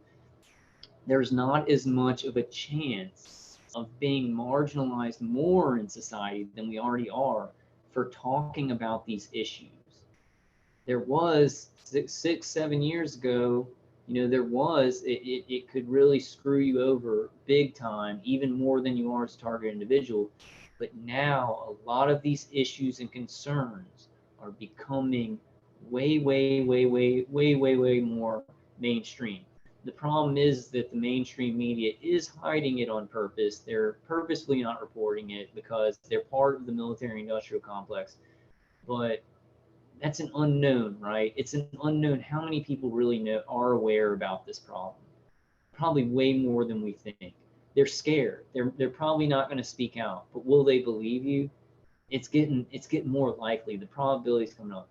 But my point is that it's not like 6 or 7 years ago where you run up and you're the only one. You've got a big chance of people going, yeah, that's true. That is happening. You don't have to be as brave now because there's a lot of people coming out up and talking about it. So you see this exponential. You still have to be brave. You still have to be brave to talk about this stuff. But all good people in the world are starting to be lit up with the awareness of these problems. And if they're good, which the majority of people in the world are good, a lot of them go along to get along, but they really don't want to do evil stuff. When these things start to become more and more awareness about them, more and more people speaking out, they're going to become more and more common topics. There's going to be censorship and tyranny, but everybody's going to know that, right? Just like my psychiatrist, the way that she acts, she's looked this up. She's looked this up. And when I look into her eyes and I speak intelligently, and she's like, what the hell is going on here? He obviously doesn't have some kind of something wrong with his brain where he's just hearing like an organic problem with his brain where he's hearing voices. He's actually using defenses that tone this down. I see progress, right? I see progress. But the thing is, if I would have like with that, and it's fresh in my memory, so I'm using that. But there's a lot of other examples. If I would have gone into that relationship with my psychiatrist and said she's against me, and she's a psychiatrist, and she's gonna try and put me away, and I'm gonna, and I would have gone in there with fear and mistrust, and thinking she was the enemy, that would be a whole different situation. So in those situations where you might not know if you can trust somebody, but you have to talk to them, like, and if you're not sure, maybe just don't. But but if you're not sure, go into it with faith, trusting that they're a good person.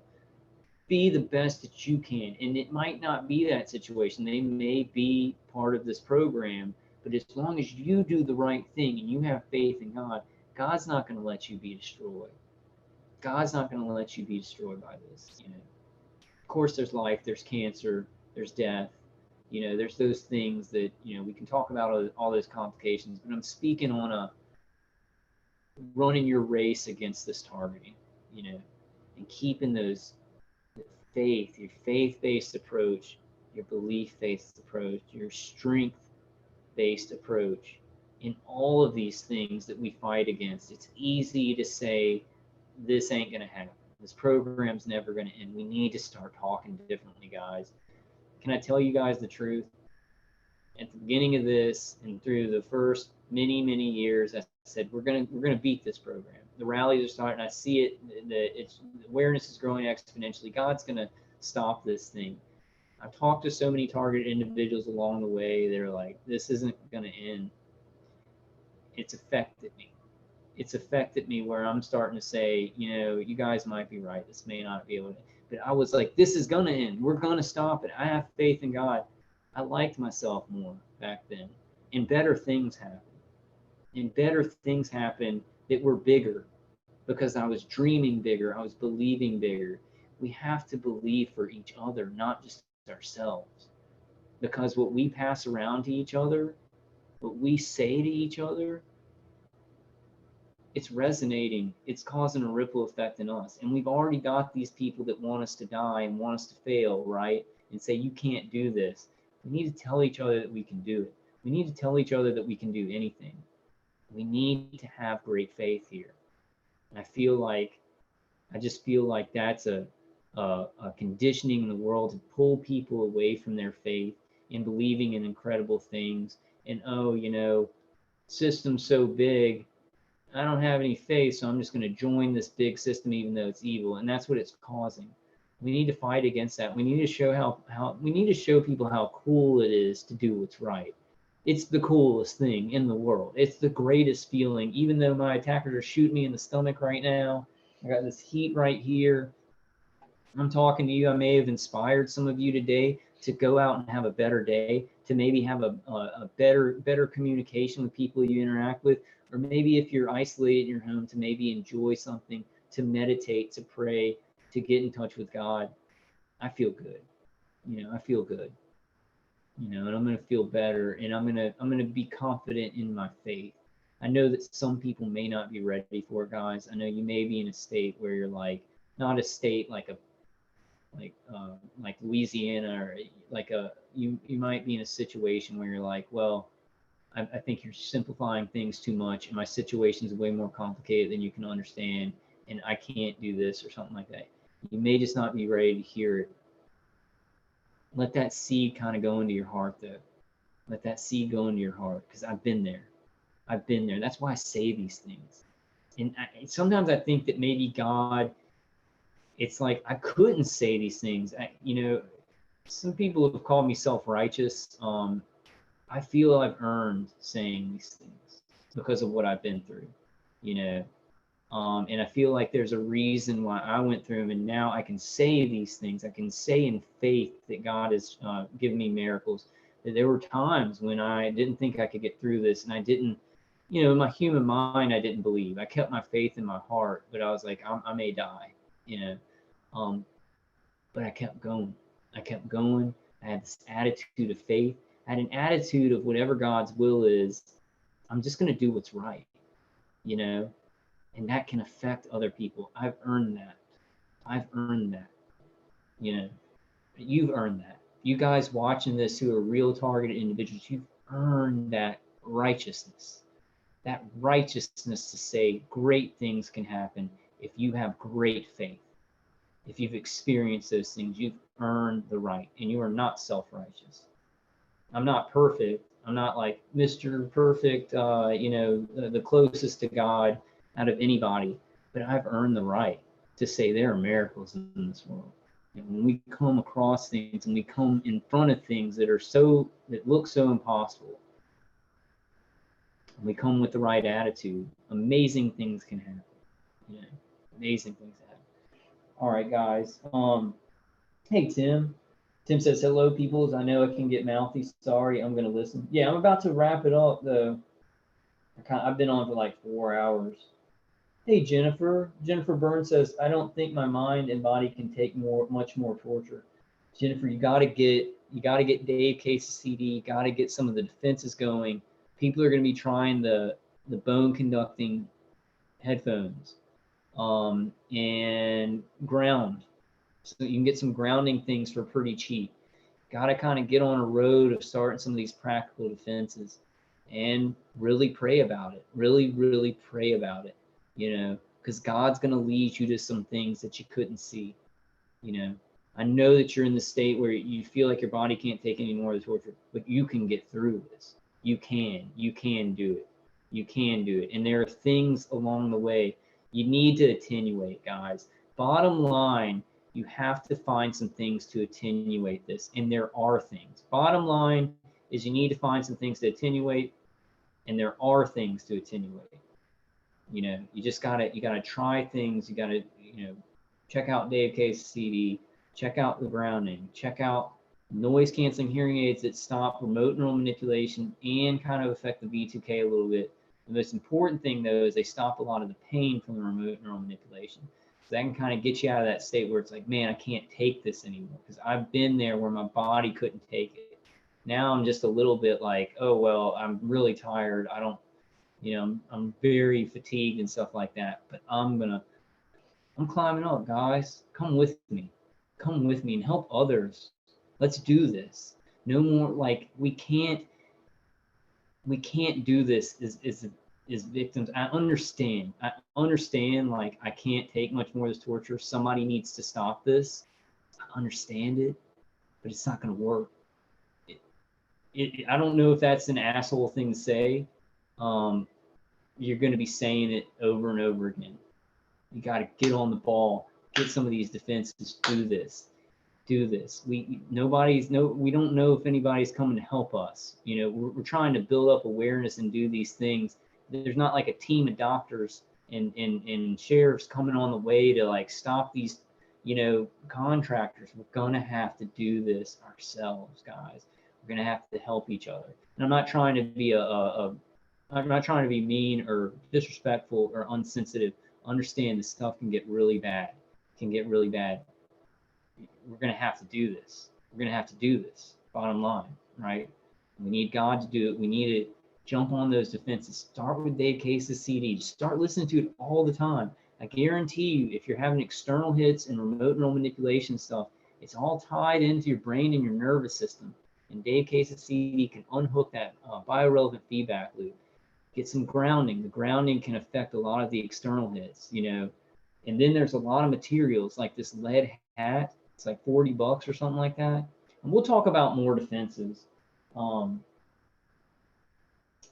In emergencies, guys, when you have nothing, do the ice packs. Cool down your body. If you're like, my body can't take this, cool down your body. You know, because your body has to be heated up for it to work really good. Yeah, Tanya Bauer says, put a CD player on the sit, listen to it CD. Yeah. Yeah, Virjeet Sanders says Stacy has also V2K like me. Yeah, I do too, Virjeet. Yeah, I will, Virjeet. She's doing pretty good. Well, no, she's not. She's tortured beyond belief, and she has to go to work. And I'm really trying to get her to listen to Dave Case's CD. We're working on it, guys. You got to try some stuff, and you got to stick with it. You got to make it a priority, you know. You got to make the defenses a priority. If you have to work or you have to do this or you have to do that, you have to say, I'm being tortured by this stuff. I have to attenuate it. You have to make that a priority. Really get with God on it and say, well, God, what should I start with? And then, you know, what you feel in your heart is the best thing. Dave Case CD, Dave Case CD. I am an agent of God, and I say Dave Case CD, you should start with. It can unhook a lot of it, but also while you're doing that, you want to work on something to block external hits, which would be grounding. It's going to change the way that your skin feels this stuff, you know. It's going to change the way your skin feels this stuff. And when you're thinking about blocking stuff with passive shielding, think head and neck. You know, I know that some of you feel like you're being hit all over, but try and work on Dave Case's CD and blocking the head and the neck, and then see how that affects some other stuff. I don't want to go too much in depth on that, but there's some complications with this thing when they go through it a long time. Some of the external hits and the feelings are connected to remote neural manipulation. I know for some of you, like, no way, no way, no way. I understand that. Even me, it feels like, you know, there are external hits. I'll say that. Some of this stuff gets tied into the remote neural manipulation. So if you block your head and your neck, use Dave Case's CD, get off to a good start. You know, maybe someone will come and help us soon. I pray for that. That's something that I'm praying to God about. Miracles do happen, right? Even on that level. But for now, I would say the best idea is to take your destiny and your well-being and your attenuation of these people doing this, take it into your own hands. It's the best thing. It's the best thing. And you got to get with God to do it. And some of these solutions are coming along, right? Bone conduction headphones. There's some good passive shielding on getlam.com. Get a beanie. Maybe start with that. Maybe start with one of the beanies from getlam.com. If you're in a real emergency, get some Mylar. Go to Walmart, get some of that Mylar. And just, if you're getting really hit in your body, you might want to just put that Mylar over you for emergencies. There's some cheap things that you can do for emergencies. We may do another live stream where we just go through defenses, emergency defenses, and everything like that. We might just do that every once in a while to try and get that out.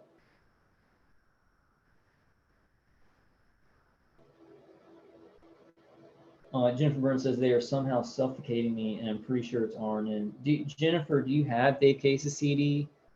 Because they can easily make you feel like you can't breathe through RNN.